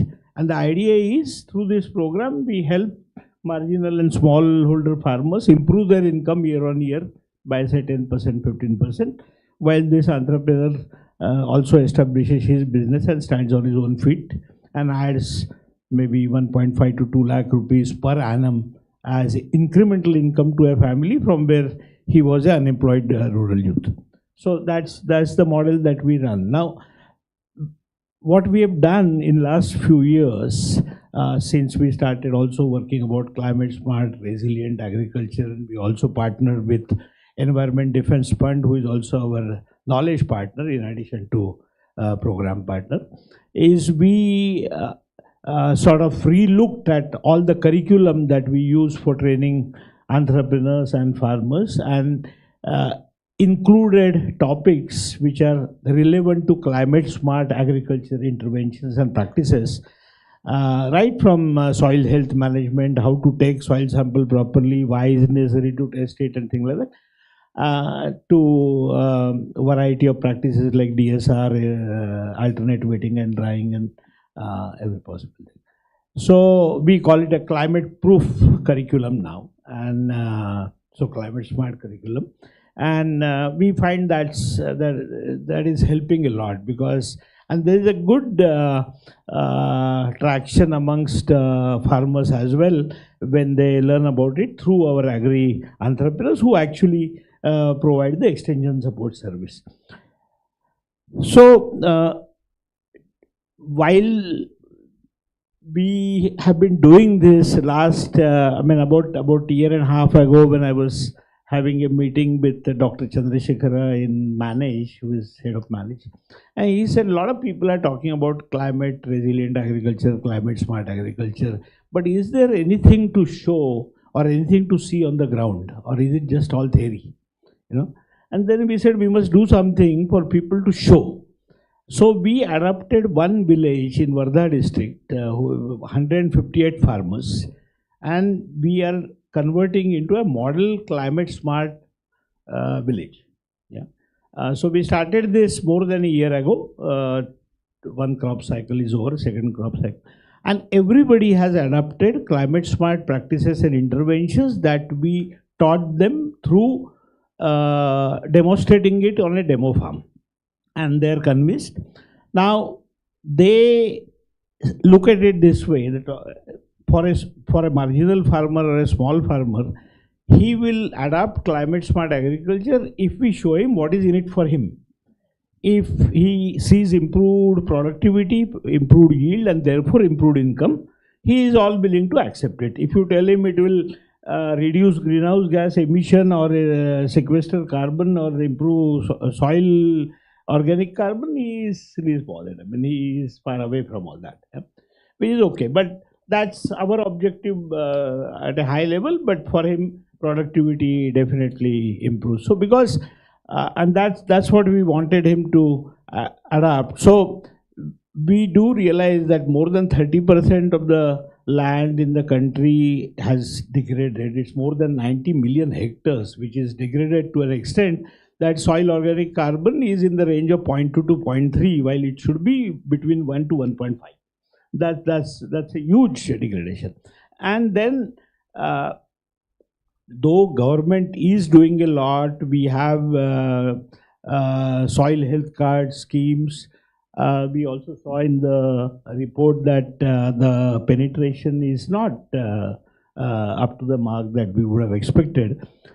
Last year, across the country, we did about 30,000 soil samples in 7 states, and then got them analyzed. Farmers paid for it, got them analyzed in local laboratories, good laboratories. We selected the laboratories, and we took the onus of taking those reports and going back to farmers and explaining them the reports and giving the recommendations. So that is our part in the whole thing. But we also helped in technically correctly taking the sample. We taught people how to take the sample thing. And then we realized, and then we did a survey at the end. We found that almost without exception, every farmer saved more than 10% of his fertilizer cost. Because now he knows what his soil wanted and what it was deficient. And he did not add 2 bags of urea because his neighbor added 2 bags of urea. You know, that is stuff. So that is something which is extremely critical, and that is the first step towards climate smart agriculture, because then you improve on nutrient use efficiency, you improve on fertilizer use efficiency, etc., etc.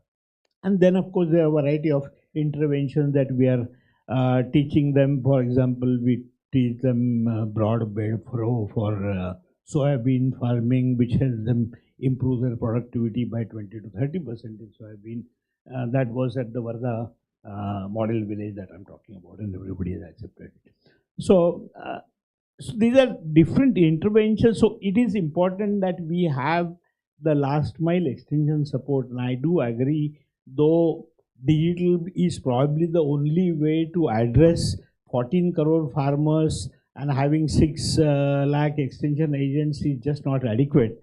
And that is where we think our agri entrepreneur program is actually doing what a government extension worker should have done, because this entrepreneur is hyper local based in the village. And our objective is to create 100,000 such entrepreneurs, so that through them we are connected to 1.5 crore farmers, which is some scale in a country of 13-14 crore farmers. That's the way to support government, what a NGO or a private organization can do.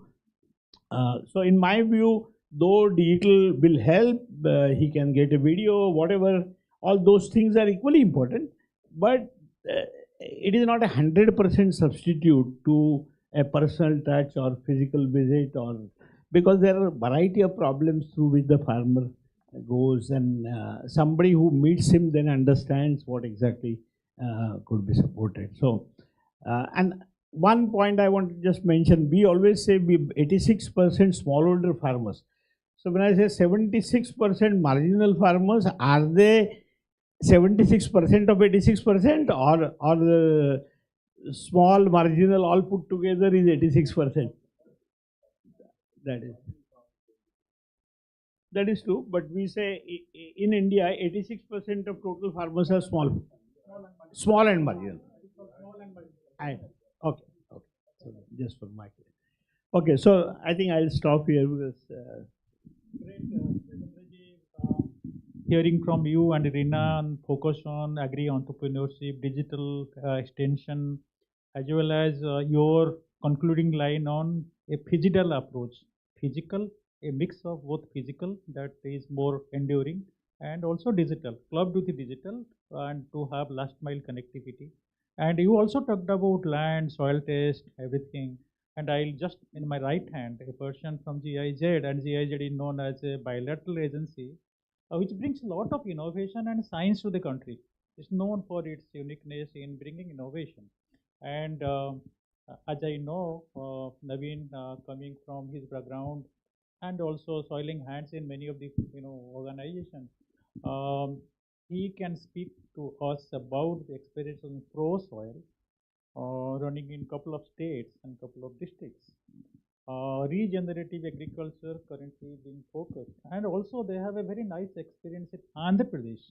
The zero-based natural farming model, and GIZ is quite a big actor in that space, as well as there is a partnership program they run also on the rice with UN Women, with private sector and themselves, and also capturing carbon. So I am putting a lot of things, Naveen, on you to actually throw some lights on each of them, because each of them matter to us, and each of them are so close. Land, water, regenerative agriculture, natural farming, and also a private partnership, including carbon. Thank you, Naveen. Please. Thanks, Rahul sir. A lot of questions and a lot of pressure on me. I'll try to I have been listening to the deliberations since the morning and including the report. I think the problem that we are talking about is really a complex and a huge one. And then we really need to break it down a bit. In the morning, we have talked about the challenge of really sustaining agriculture, really looking at how we can make agriculture remunerative for the farmers, especially the smallholder farmers. And that calls for a transformative approach. That's a larger question we have. The smaller question probably we can also try to break it down into would be, we are talking about these really dynamic changes that's impacting the farmers that the report also lists, the impacts of climate change on farmers and how do we better help them adapt to it. Right? So I'll address these two problems slightly differently. Starting with the second one, where we are trying to see how we can help farmers adapt better to the climate changes. There were quite a few solutions that came up in the deliberations earlier as well. What was surprising for me was there are certain challenges that came out in the report, continues to be the challenges since 2005. That's at least the time I have been starting to reading some of these reports. The challenge on extension advisory services was pointed out way back in 2005 by NSSO survey as well, that there is extension challenge at the levels of farmers. The issue of access to services was also highlighted in that report way back in 2005. So the question was, for me, are we doing enough? Did we do enough in the last 15 years? Or are we going to do enough in the future? If this again keeps up coming for this next, again, after 10 years, the report also sees the same, then probably that's a worrisome situation for all of us sitting in this room. Having said that, so what is the solution? For example, let's talk about the advisory services to the farmers. You would have heard about the NICRA project that was taken up by ICR, right? And one of the partners there was CREDA, and they actually came up with contingency plans just to really address this problem. That if there is a delay in monsoon, if there is extended drought, if there is a delay, if there is a dry spell, what should be the farmers doing? And that was very specific to crops. Challenge there was, it was district level, which is too macro for a farmer, individual farmers to adapt to a crop that he or she is growing, right? So we started working with them, with CREDA, to really break it down at least to the block levels. Why block levels? Because that is the only decentralized weather forecast that we could get at that point in time. So we started piloting this block level contingency plans, which was slightly better than the district contingency plans. So I think we need to further break it down, and IMD is working on further breaking it down at the panchayat levels also. So that's the progression of the digital solutions, and I would say we should not be agnostic, we should accept it, and digital solutions could provide a lot of these extension solutions for us. We also talked about artificial intelligence in the morning.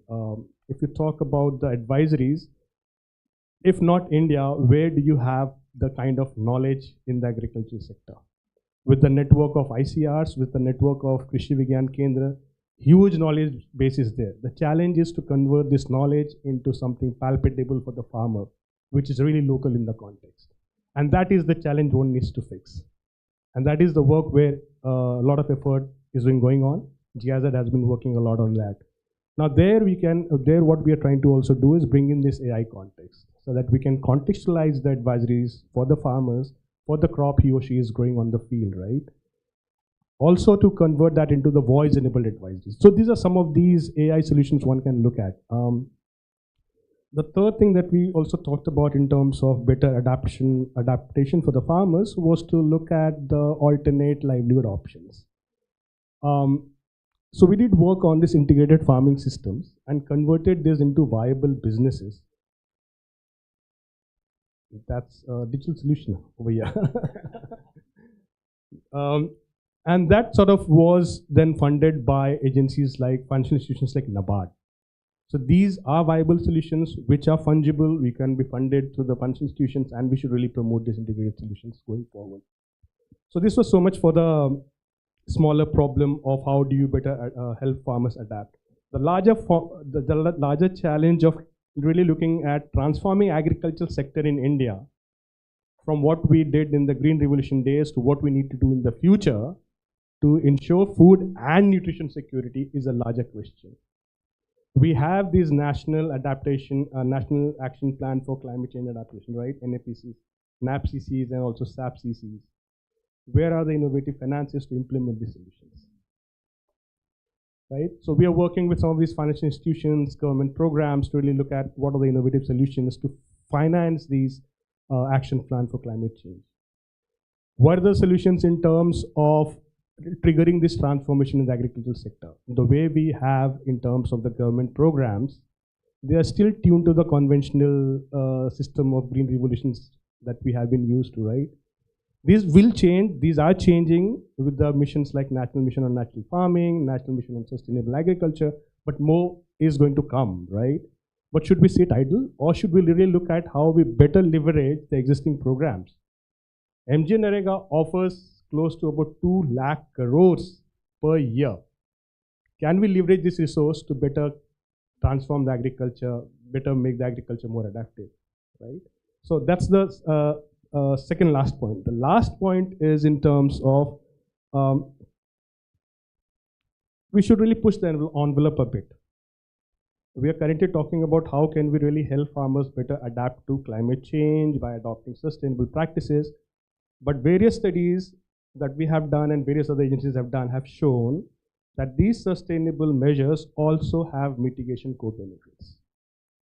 With the advent of the GHG protocols and the voluntary carbon markets, can we look at least accessing some additional incentives for the farmers for adopting sustainable practices from the carbon markets? And that is where I'll stop. And over to you. Thank you, Naveen, bringing a lot of things to our knowledge and information on the next level of work that we should focus, including AI solutions and digital solutions integration. I'll now move to Bharti. They are doing a lot of Grameen Foundation doing a lot of path-breaking work, and particularly with reference to UP.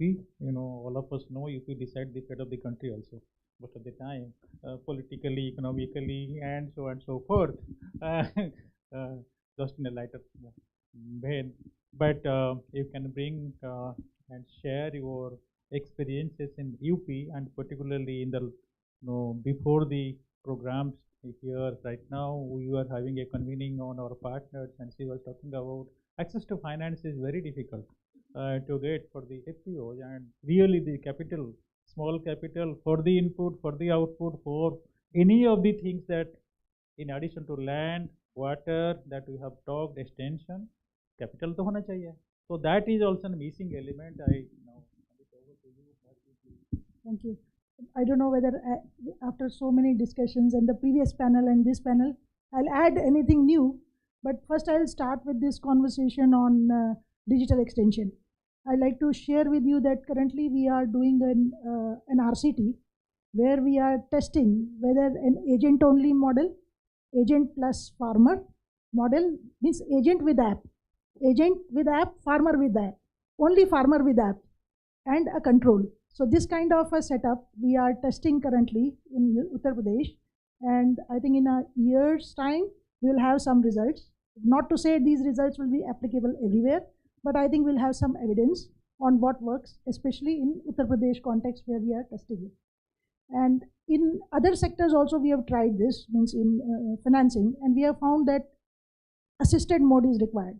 Currently the clientele, if I may say so, are not at a stage where they can themselves go into an sort of go into the app and find the solution they are looking for, except for market and weather, for which they are happily exchanging messages, WhatsApp messages, and for everything else, they will look over their shoulders to the next farm, and this continues.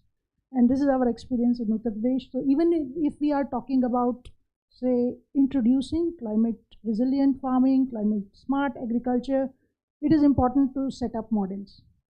And these models cannot be set up without providing a risk coverage to the small and marginal farmers.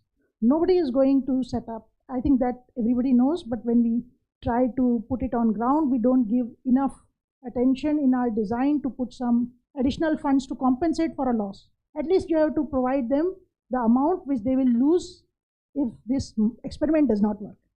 So getting this into our design is important, and that in that the role which Naveen was saying, even additional incentives, for example, through carbon credits and all, if these can be woven in, the adoption of practices will be faster. So we have been building through grant funds these kinds of compensatory mechanisms, but they continue to be required. Financing definitely, even for normal, not even coming to climate resilient agriculture. For normal traditional agriculture also, even if you are sort of strengthening it at the productivity level, you'll need financing. And this financing is not easy to get. Whether you aggregate farmers into FPOs or not, this is going to be a challenge. For SHGs, this problem is solved as we see it to a great extent. But the time that we have given to the SHG movement, we have not given to the FPO movement. And the speed with which we have dismantled the farmer interest groups, I don't think it's going to, we are going to have very strong FPOs if we are going to not pay attention to the farmer interest groups, which are primary groups. So, because when we are working with the existing FPOs in Uttar Pradesh, lots, which have been sort of left because the grant period was over. So once grant period is over, no not-for-profit is able to support through management support, technical support. So when we pick up these FPOs, we find that because there is nothing on the ground, we have to go back and build the interest groups to introduce any intervention. So even when we are talking about shifting the FPOs or FPOs as a medium for transmitting climate smart agriculture or benefiting small marginal farmers, we have to go back to the roots. So we have to take care of the roots from the beginning is what I am trying to say.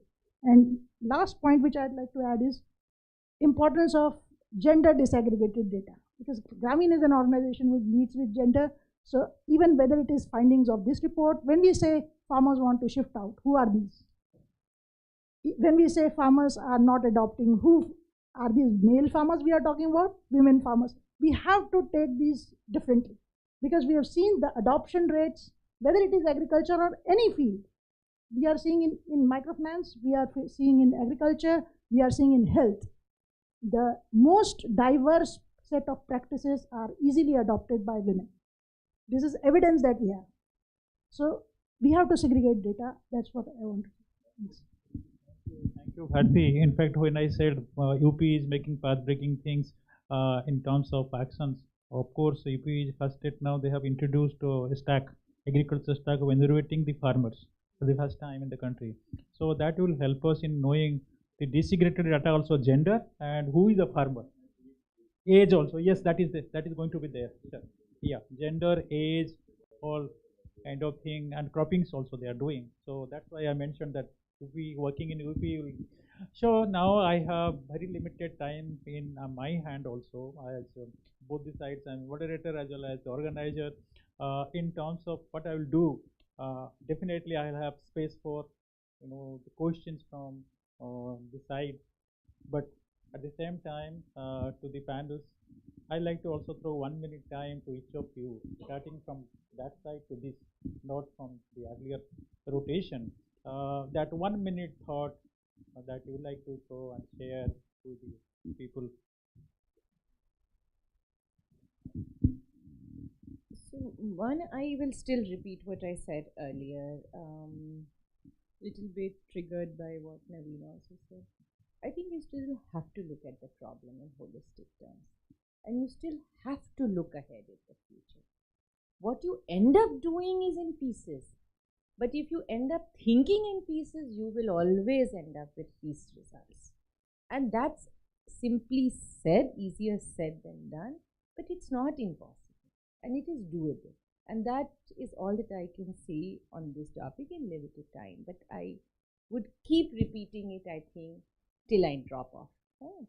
The second point that I want to just share here, which is unrelated to everything that's being talked, because more or less what everybody said, I think I also agree in not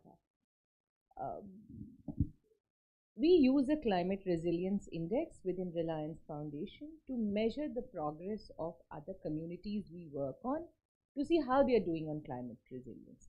I think it's a good index. It's a pretty good index, and we use it largely to give feedback to ourselves that are we doing well? Do we need to make any strategic changes or not?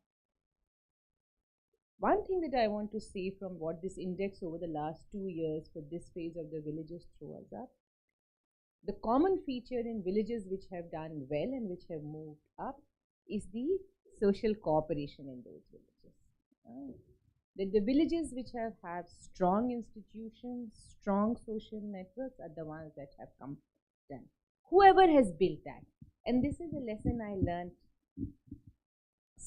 25 years ago, and I still continue. And I think in any solution that we think for this, unless the processes and the vision keeps this also as a last outcome, everything else will not stay. Nothing else will stay. So these are my last things.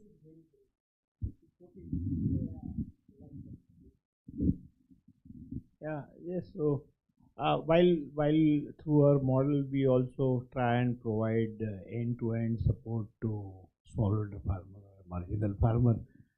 Based on our experience, we still feel the areas where they need the most support or handholding, or we need to do more, is providing them proper market linkages and providing credit linkages. If these two pieces of jigsaw are sort of addressed to a large extent, on the other side there's a lot being done in terms of productivity, in terms of extension support service for the input part, but if they don't get remunerative price to what they produce because of the whole chain and the middleman and everybody, so he does not get what he expects to grow out of all this. So that is something that I just like to put it as the last point. I have 2 points to share. When we are talking about marginal farmers, we all have to be very clear, because often we hear in these panels taking things to scale, and like you were mentioning, we're just talking about the market. But I think for the marginal farmers, we don't have to look at mass production, but we have to have a lens of production by masses. I think that is the lens through which we should be looking at solutions. That's point number 1. And the point number 2 that I think is very important is in terms of convergence and bringing all kinds of finance and blended finance into solving solutions and into bringing and solving this problem, because this is what is going to stay there for long term, not just the grant model, but how do we get catalytic funds and how do we get impact funds to come and invest in this part, and that is what we all together need to look at. Yeah, I'll just take this moment to congratulate organizers, the forum, because this forum is bringing to light, and we are discussing on marginal farmers specifically in the context of climate change. So I think this is important, and fora like this and the gathering like this is important to understand that those who are not causing climate change are facing it, and they are experiencing it but not able to decipher it. So that there lies our role to help them out through this issue. 4 points quickly from my side. One is look at the inclusivity whenever you find a solution. Should not miss that. Don't miss on this quadrilateral of interlinkages: agriculture, soil or land, water, climate. If you start looking each of them in a silo, you'll never find a solution to it.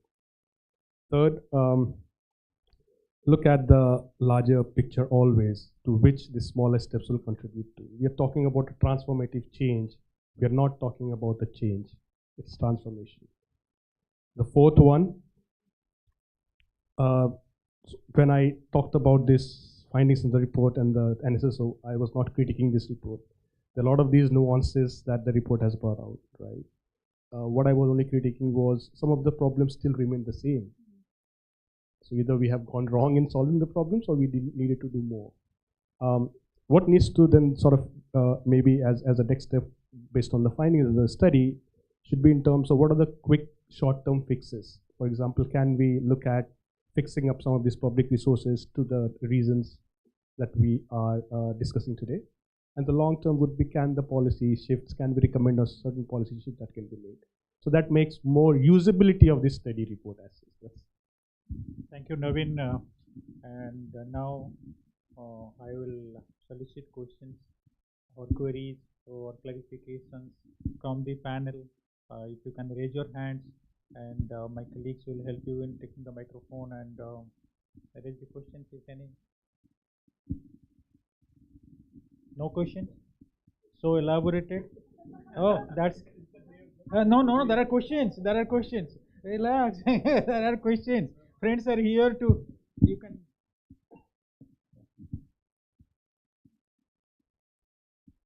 Yeah.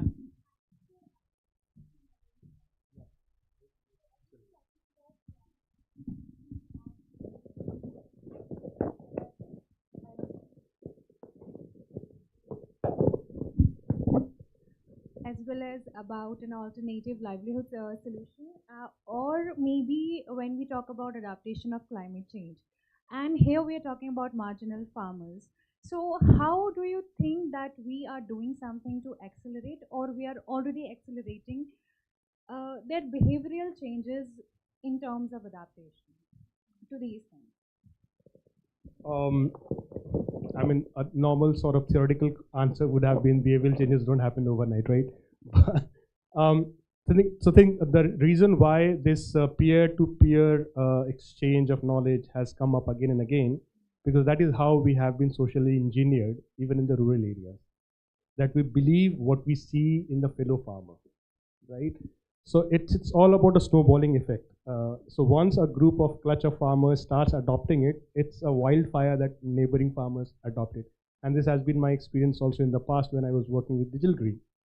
You know, we just took up this peer-to-peer knowledge transfer to the farmers, and we just use digital solutions to accelerate this.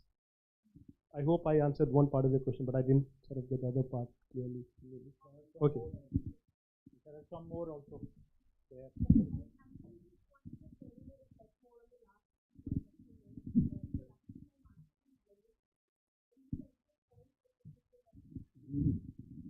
So when we are working with marginalized farmer, and we always talk about solutions, like Priyanka was also mentioning, related to markets, right? But we have seen in this that the marginalized farmer that we work with, when you are going and meeting a corporate, or when you are looking for those solutions, they are looking at very even size, this kind of produce, etc. That's not what works actually.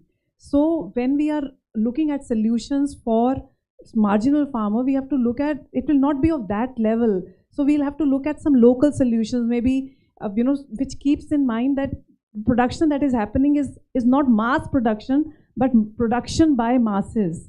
So that's the point. And blended finance point that I'm talking about, what we are working at Passing Gifts, which is a 100% subsidiary of Haber International, is looking at solutions, and we are coming up with impact bonds, where we are getting various kinds of actors, and we have started doing that work, where we are developing solutions around climate smart impact bonds.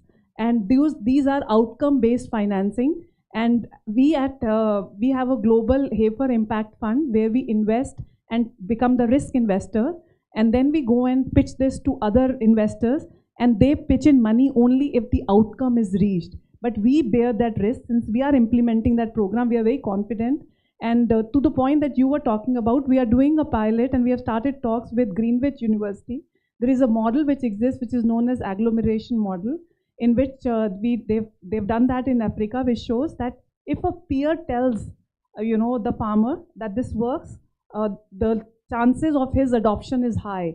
So they are now we are looking at developing this product where we are saying that if one marginal farmer is able to convince three other, he gets an incentive, and we will be looking at some government convergence scheme whereby we can use that fund to increase this. The other thing also that we do is when we are talking about, we run farmer field schools, and in these farmer field schools we have sites side by side where we do organic farming and where we do chemical farming, and we have seen the farmers are able to see the difference. Last time when we were there in Vaishali, they were saying, see, the color of this leaf is green, this is this color. So they were able to make out. So that is what we do.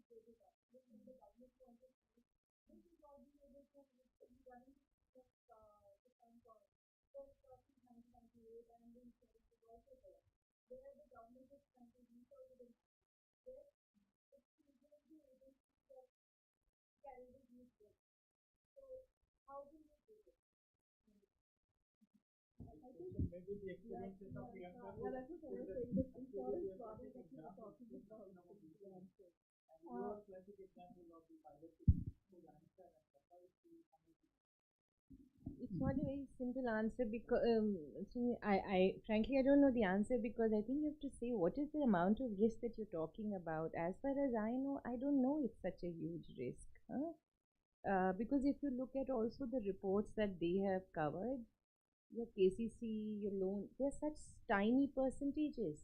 Insurance payouts are such a tiny percentage. But let me, at the end of the day, I don't want to get into that. It'll take a lot of time. All that I had said then was that we have had a tough time. We have not had good experience of insurance payouts, especially in crop insurance. Very poor. Therefore, what we did was piloting with a private insurance agency, which has a different insurance mechanism and a different kind of a crop loss assessment. And it is a bundled service in which insurance is 1:8 ratio, and had a good payout, especially for a rich, commercial crop like cumin. And that seems to be the way forward for that, because that I think that's what everybody is saying, and many more. Finance, if you take in any name, is definitely a key thing to solve for. What I'm not convinced is the way that you are articulating the problem, that actually the banks face a huge risk on crops, and that is why they are not. I don't know. You look at iKhedut, for example. It's a lottery, na? Your whole your ticket size is only so small. It's so small. How much risk can be there on that much? The problem is that we need to increase the pie, and that nobody is talking about, because every time there's a problem, we come up with a new mission and a new scheme. We need to fix the sundry problems of agriculture, and that's where insurance, I think, falls in. But yes, it is a stubborn problem for sure. So I think we'll take last two questions, one at the back and Rama. Hi. So at Sambodi, we did a study which evaluated the behaviors, the lending behaviors of NBFCs. And largely what we found was similar to the previous question about how do we increase risk appetite.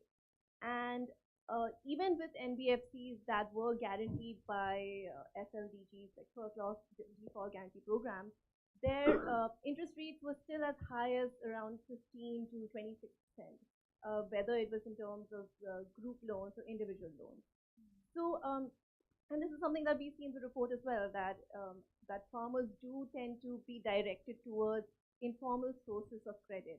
So my question is that how do we nudge our farmers, or how do we make an environment where farmers have access to formal sources of credit, where especially even with PM Kisan, I feel has certain limitations because it's only accessible by landholders. What do we do about landless agri laborers in that case? And my second question is that when we talk about CRA, climate resilient agriculture, but then when we talk about also a farmer who's just trying to subsistence farming, how do you nudge these farmers to take up practices that might not translate in the immediate short term, but have because a lot of farmers also tend to look at things very myopically, especially when it comes to subsistence farming, especially when it comes to them just surviving that year, that agri cycle. So how do we encourage a farmer to look at the longer picture, the longer game? And the first question is self-answered, because the first question was question for answer. And when Dr. Chopra was facilitating, moderating the other session, because we have to leave with some questions also. So probably for the instrument, for the lending finance part, we have to leave, and maybe this will be one of the areas that we have to advocate. And Mr. Kamul was there, we have to approach those questions, because we wanted to answer a couple of questions from so again, last question, please. We'll go to Rana. So it's very, a farmer will only be interested to adopt a practice if he or she sees a quick gain out of it, that cropping season for that crop. And good examples you can see in Andhra Pradesh, where subsistence farmers have adopted natural farming. Right? Why? Because they saw the instant short-term benefit, and then later on the narrative was built, okay, because if you continue doing this every year and year on, it has a larger long-term benefit. And now we are trying to convert those benefits into mitigation benefits, try to access carbon markets. So this is a long-term story. But yeah, subsistence farmer will only be interested short-term, and there are examples why they are doing it. So last question.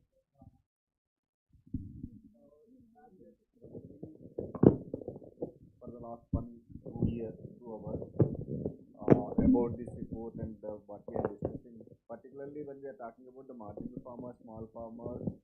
So are we understanding them completely, or looking at from different dimensions or from their point of view? Because marginal and small farmers, they are not just the farmers, they are also the migrants, they are also the wage laborers, they are also a kind of, they have their own aspirations. Some of them are managing their education aspirations, shifting to the nearby towns, and at the same time managing the agriculture. So are we actually thinking about the solutions considering the changing profile of the small and marginal farmers? Because majority of these issues actually influence the decisions on the agriculture and the practices and the cropping patterns, all of us know.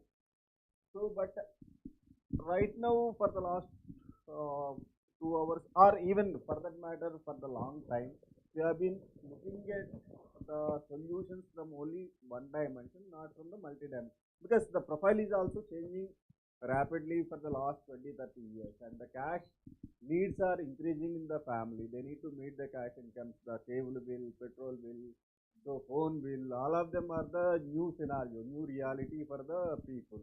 How are we addressing? Are we combining? Are we looking at the agriculture from this perspective?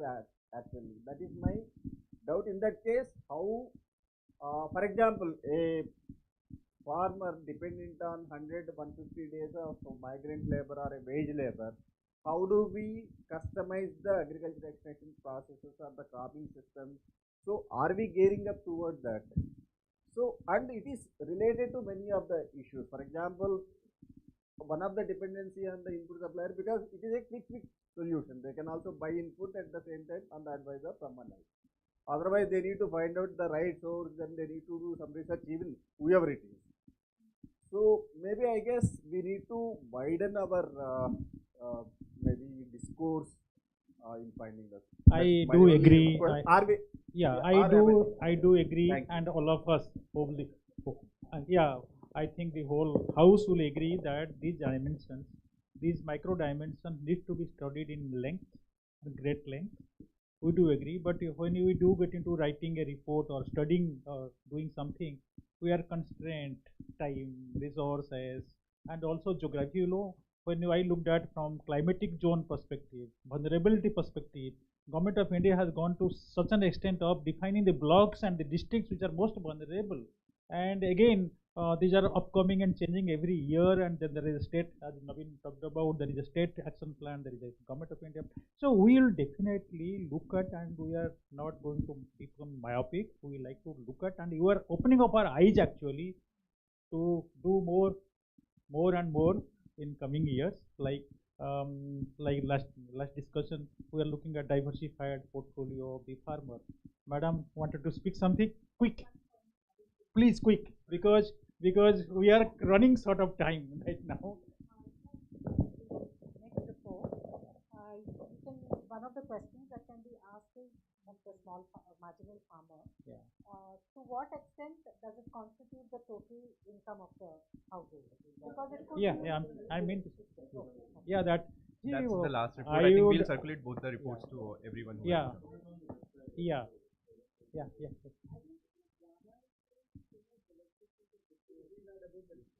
No, we all of us.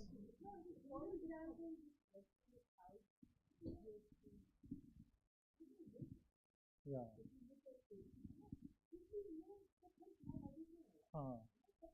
Right.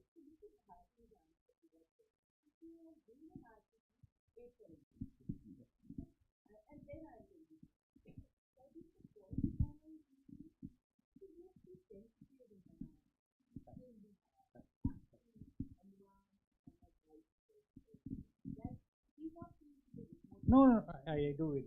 I fully subscribe to his views. Yeah. So now, friends, anything that starts well has to, now the session has to also come to an end. So many thanks all my panelists. You have contributed and also given lot of food for thought for each of us to do more and more for next year, coming years, and you all are partners to contribute in this process. Not only we are a forum.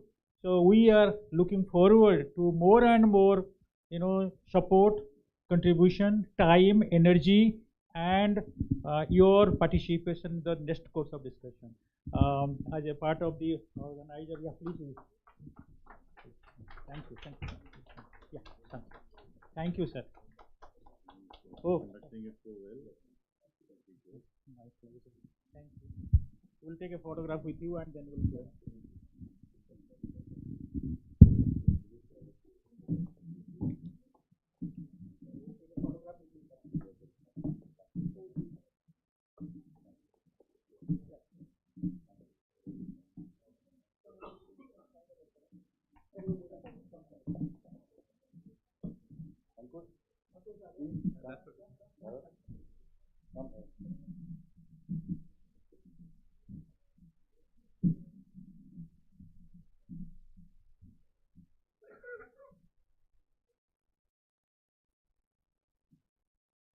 This report and the discussion is so good that you all get getting go on. So thank you very much.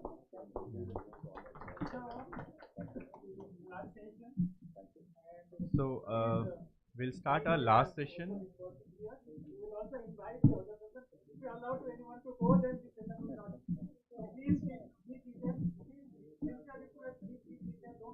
That would allow us to finish it in.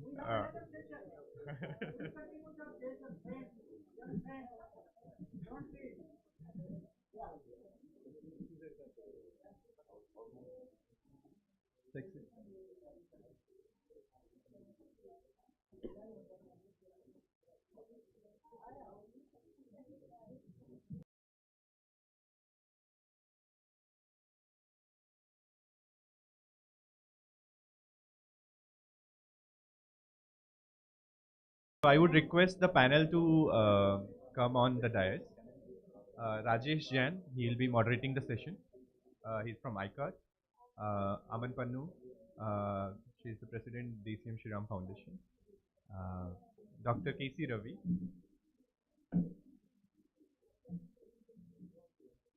And Dipanvita Chakraborty.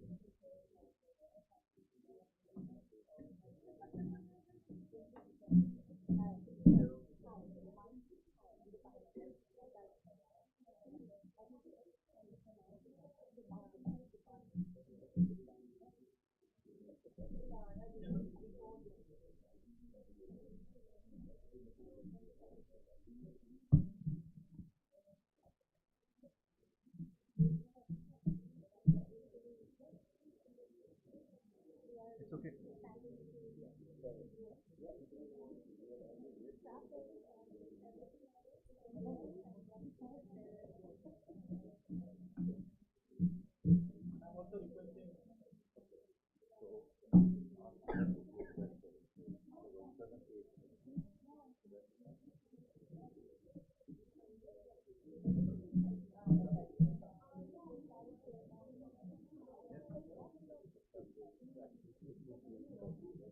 Please be seated.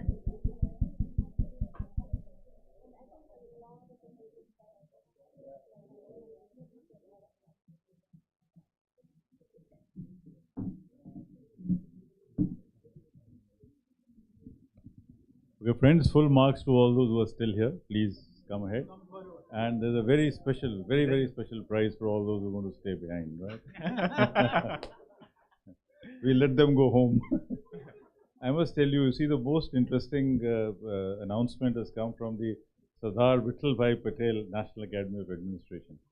Have you seen that? No, this is actually a government notification, which is something which is really fantastic. It says that, in the police academy, they're having a problem of people coming casually to class. So the course director said that all those who come without a necktie will not get samosas during the tea break. And he got it video recorded. Then next day, everybody came on time and properly attired. So we can't offer you samosas at this time, but we can show you a very pleasant session. And we promise to close by 7 o'clock and 7 minutes, so which gives about more than 7 minutes to all three of us. So maybe this time we can start from right to left.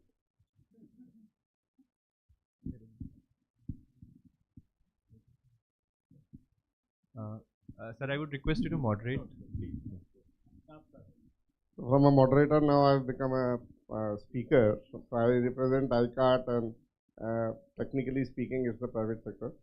And this particular, after all the great things that we've kind of heard in the report, read in the report, heard the panels earlier, the focus for this particular session is that marginal farmers and high-value crops.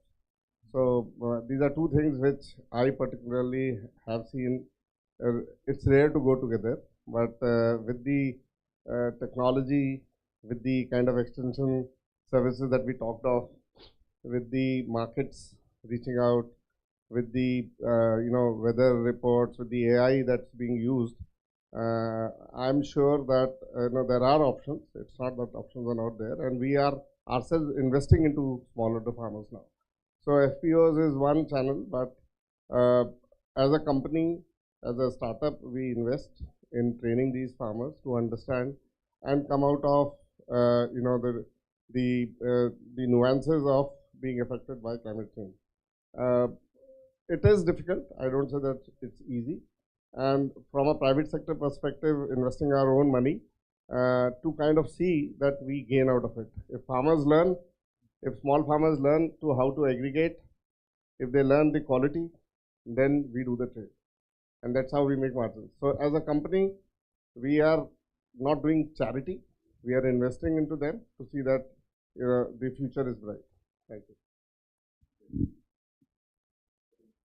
This is quite literally the graveyard shift, I think, right? So I think for the elephant in the room, and the topic very clearly says private sector. So we're representing the private sector here and farmers. And sometimes people think कि company और farmer साथ में नहीं चल सकते हैं, right? कि सब फायदे की बात हो रही है. But I think very clearly understanding that corporates also have a strategy, right? And business strategy needs to align with ESG today, needs to align with what is the impact that you want for the farmers. So any company which is working for the farmers is working for the benefit of the farmers also. उनका फायदा हमारा फायदा, right? And that's how it has to work. Her business में ऐसा ही होगा. Farmer is also a businessman at the end of the day. That's the understanding that all of us need to work with, right? And that's the elephant in the room. That it is not कि just because private sector है तो फायदे के लिए काम कर रहा है. Right? That's how the economy will work. Specifically, and I want to give an example here. So we have 4 sugar factories in UP, which is in Hardoi and Lakhimpur Kheri. And we have a project which is running for the past 10 years called Meetha Sona. The lead sponsor of this project is IFC. And the implementation partner there is Solidaridad, right? And this is a multi-stakeholder partnership where we have from Rivelis to Mahindra to E3M all coming together and looking at a sustainable sugarcane program, right? So where, somebody was talking about water, soil, talking about sustainability, all of these have to come together. And private sector also has to work in the same lens. That until you're looking at an outcome-based approach, and actually I'm giving you data of 10 years. In the last 10 years, we are looking at what is the impact on water, right? So, जो water use efficiency की जब हम बात करते हैं, because you're teaching farmers better practices, and because of that, in the last 6 years, and this is data validated by IISR for us, 740 billion liter water has been saved only by using, better practices, right? Where we're talking about soil. So soil organic carbon, we have an outcome-based approach where we're saying when we started a baseline, the SOC was at 0.25. We're wanting to take that, double it, take it to 0.5. We can't take it to 1 right away. But to do that, there is a business angle, there's a CSR angle also. Right? From a business perspective, there is trash mulching that you're talking about. There's laser leveling that you're talking about. And from a CSR lens, you're saying, acha, and I'm wearing both my foundation hat here and the corporate hat, and that's where I'm bringing this example from, that with an outcome-based approach, we will be able to achieve that 0.5 also. We work towards that very specific perspective, right? Similarly, when we talk about yield, right? So yield also, better practices will give you a better yield. So in 10 years, the figure that we have is that, about 15% the yield has improved. Our overall, when I talk about farmer number, is 2.25 lakh farmers that we're reaching out to, right? So this number is realistic. It's not a small pilot that you can say कि 1000 farmers के साथ काम किया, right? 2.25 lakh farmers is a large number. That if you increase the yield by 15%, if you've been able to, and we had another program with IISR where we've actually improved the income in 3 years by doing intercropping, by doing allied dairy, vermicomposting and all by 85%. Right? And those are numbers are about 4,000 farmers that we've done that. So I think some of these initiatives are very, very important to bring to the forefront as private sector. Thanks. Thank you. I'll just pick up from where you have left it, and very, very rightly said that as private sector, as we talk about profitability, it is not just about profitability of the organization. And I do want to bring in the perspective, and I think it has been deliberated already in the last couple of panels. As we reach out to farmers as our partners, and we talk about connectivity, that's what we do. I represent a food and agriculture organization, Cargill, and we have 159 years of experience of working with farmers across the world. And that's what we have learned. It is extremely critical to meet the farmers where they are. And that's both from a business standpoint with the value chains that we work, and also from a philanthropic grant-making standpoint, because they go hand in hand. I represent the corporate responsibility practice area, as we call it in the organization, and the sustainability practice area, as we call it in the organization. I do want to bring in a couple of instances and a few pillars that are that have worked for us, and that we continue to invest in and evolve along with various partners that we work with as it relates to farmers. The first one, again, probably an elephant in the room that we talk about, profitability, which is often misconstrued, somewhere in the shadows kind of a concept. But as we look at the farm gate and meeting the farmer at the farm, at the space that the farmer is at, and somebody talked about in the last panel as well, if the farmer does not see gains, why would he or she want to adopt a practice or want to latch on to a theory or anything that we're trying to preach? At the end of the day, let's also face it that we are trying to also be an outsider in their life, all of us, I think, right? So I think it's extremely important to understand what is profitability for them, what increases their yield, how will they grow? Is it about adopting practices, around sustainability? Is it using a certain quality of product inputs in the farm gate? Is it that they are driven by certain motivations in their family? It's a very integrated way of looking at it. How are they behaving as it relates to the cooperatives? How are they really motivated to go and onboard themselves? And what are the incentives? A second pillar is inclusion. Inclusion into the supply chain. Look at any value chain. If we are not talking of inclusion, digital, we talked a lot about digital. If there is no inclusion, look at the female, and I know that a lot of us really care about that aspect of it. In a family of a farmer, if there is a smartphone, for example, there oftentimes the women in the household is the last person to have access to that phone. Is that a fair assessment, right? What do we do to enable that? These are very small little nuances, but they're extremely critical to look at it from that standpoint. So all of the underrepresented groups, for that matter, really, really matters. And the third one is resilience. So there we talk about regenerative agriculture, we talk about natural farming, organic farming, what have you. I think all of this have cross-cutting themes for each other. Then we are talking about blended finance and bringing financial institutions, bringing catalytic funding into the space. One of the things that I often struggle with as somebody who anchors the work around the philanthropy and the sustainability piece in the organization is, what is the exit point of grant funding? I do not have an answer to that. I'm just putting it across to everybody on the table to figure that out, right? We do practices, we do peer-to-peer, working with various partners. I've worked with Suryamani in the past. We work with Reena's organization and so many others. But the very critical question, it's an elephant in the room again. What happens when the grant funding does not exist anymore? We can do as much in terms of creating, for example, in the case of regenerative practices, right? We can create scorecards. We're doing that. We're creating scorecards. We are making sure that there are demo plots happening where the farmers can see for themselves, what is the difference between a particular practice, and if they're not adopting it, all of that.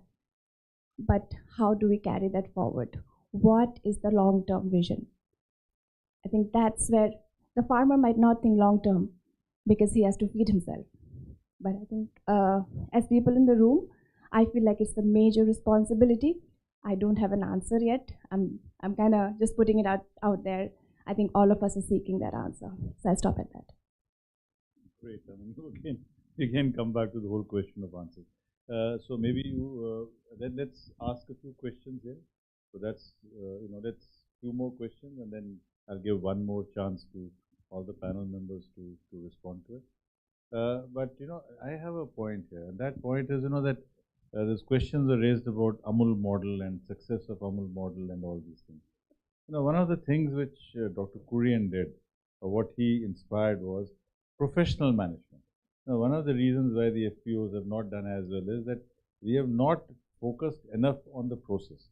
You see, Dr. Kurian focused a lot on the process.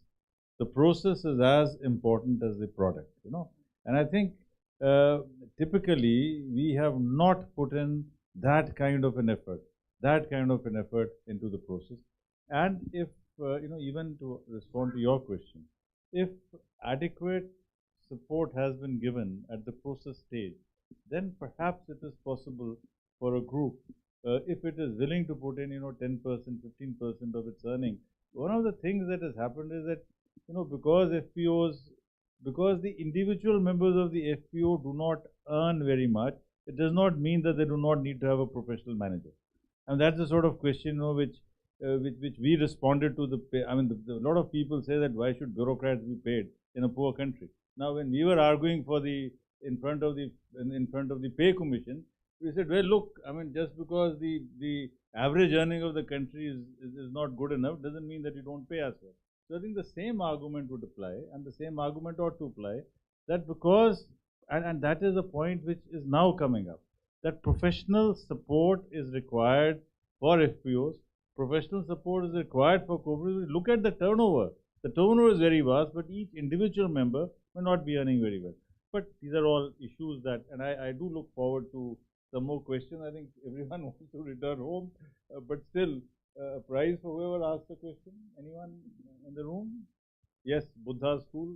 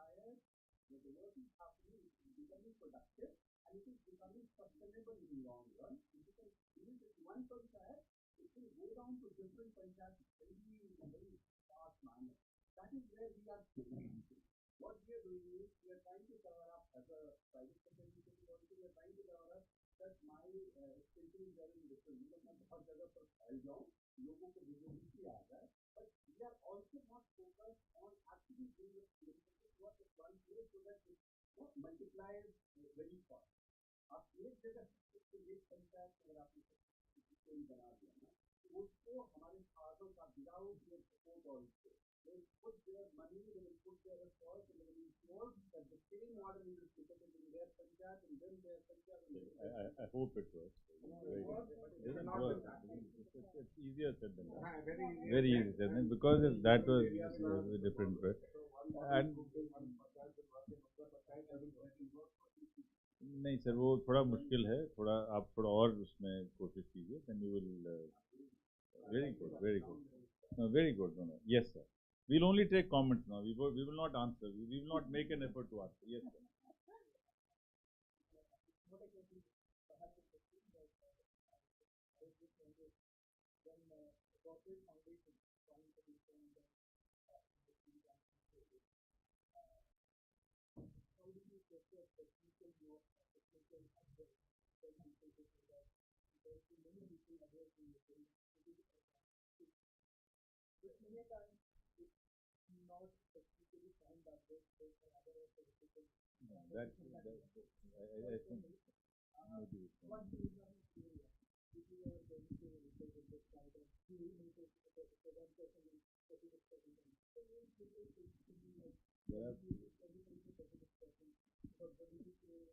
Your point is made. Yeah, no, you have asked a very pertinent question, of course.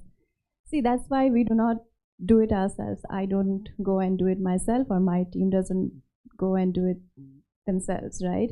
That's where collaboration and partnership comes in, right? That's how we collaborate, partner with organizations who take the science-based approach, like you mentioned, right? And then they have the experts who are agronomists, who have the proven track record, what have you.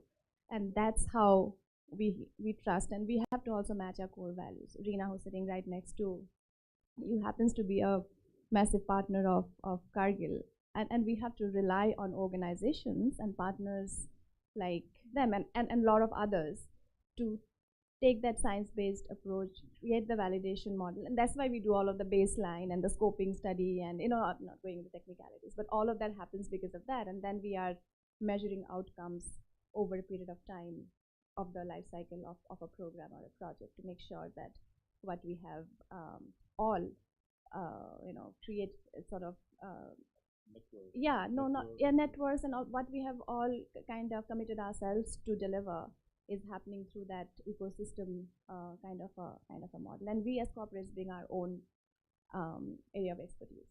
Yeah. I'll probably give a very little example. So if a farmer, a poultry farmer who does backyard poultry, for example, has to buy feed at a very rural setup, might not have the wherewithal to buy an expensive feed. We as an organization, we also have a animal feed business. Now we will not have the ability, or they will not have the ability to buy, or will not have the ability to sell. But we have the ability with our scientific experts at our own laboratory who create that feed for them to get the locally available material from that rural village, get it into our lab, test it, create the right formulation, give it back to them to say, oh, just use this proportion, and that just works. So there are ways and means to do it. No, I think we take a minute each, and then we last one. The next report comes up. Right. So I think, as private sector, as foundations, we have to look at data, right? Take data-driven decisions. Business does it, and so does CSR, so do foundations, because today it's all about outcome-based approach, right? And I heard Priyanka also saying that it's very important that जो भी हम करेंगे long-term vision से करना होगा, right? And like you were mentioning, आपका universe बड़ा हो सकता है, पर इसका मतलब ये नहीं है कि आपका जो इंटेंट है वो अलग हो जाए, right? So very clearly, if you have manpower, if you have funds, so as CSR or foundation, your funds might be limited. But as a business, if you understand कि that is the end benefit that you need, आप ज़्यादा डालेंगे, right? Farming as a service, I think that's something that is really taking off, right? So as startups, as private sector, many private sector companies today are investing in farming as a service. That's big, right?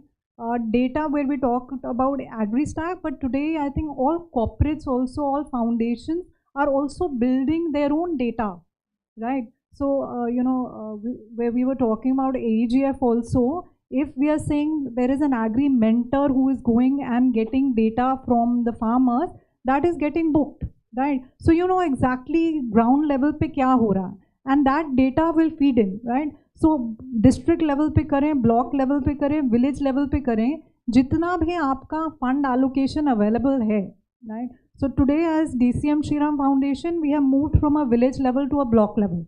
That's because our CSR funds increased, that we moved to that level. Government naturally will do it to another level.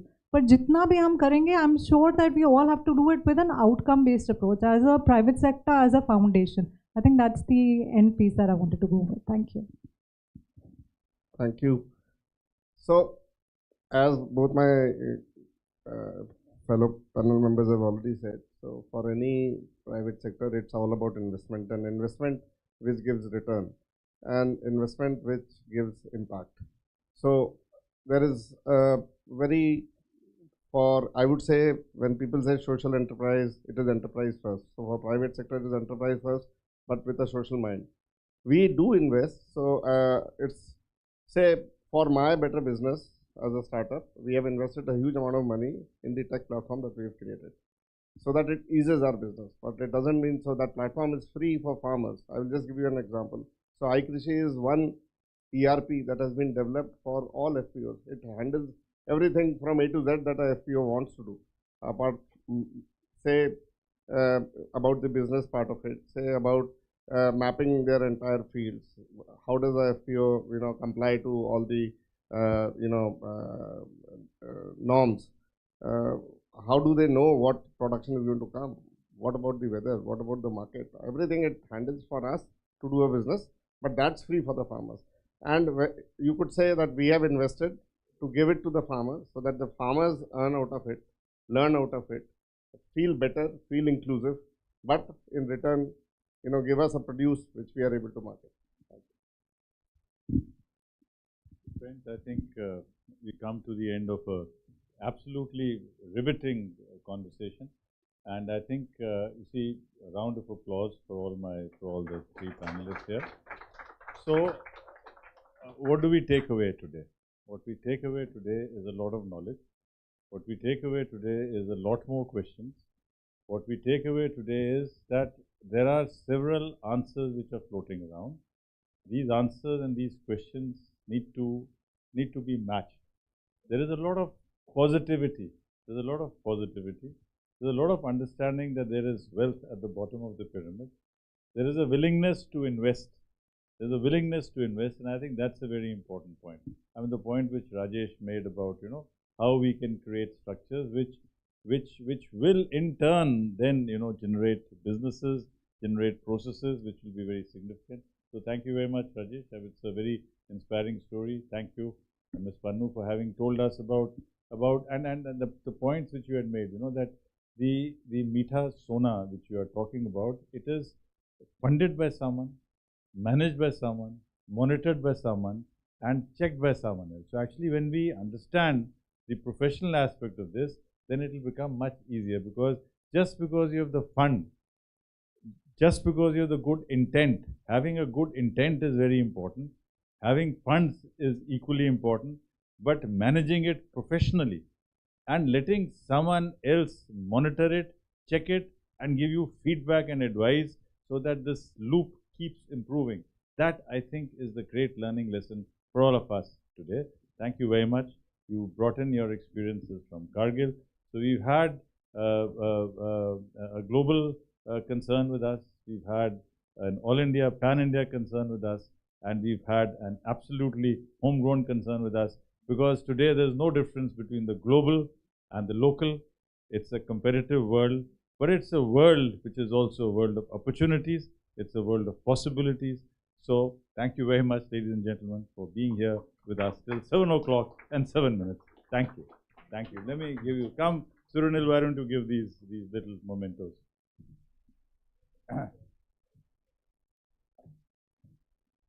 Yeah, and Ankush, you want to say a few words? Yeah, so with this, 7 seconds. Yeah. So with this, we come to the end of a very interesting session we had. And I would like to thank all the partners who were involved with the whole process since morning. Everyone who came to attend the event. In fact, it got oversubscribed and we had to put more chairs here. And we are really thankful for that. We want to thank DIU for producing such a wonderful report. They have been very, very accommodative in many revisions we went to them for. And finally, we would like to thank our sponsors, Passing Gifts and Syngenta India.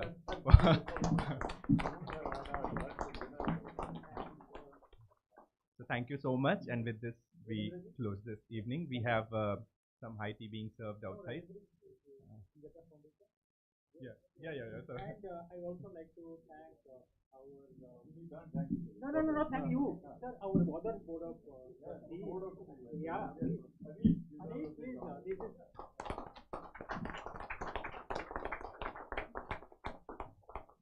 So please, the high tea is being served outside.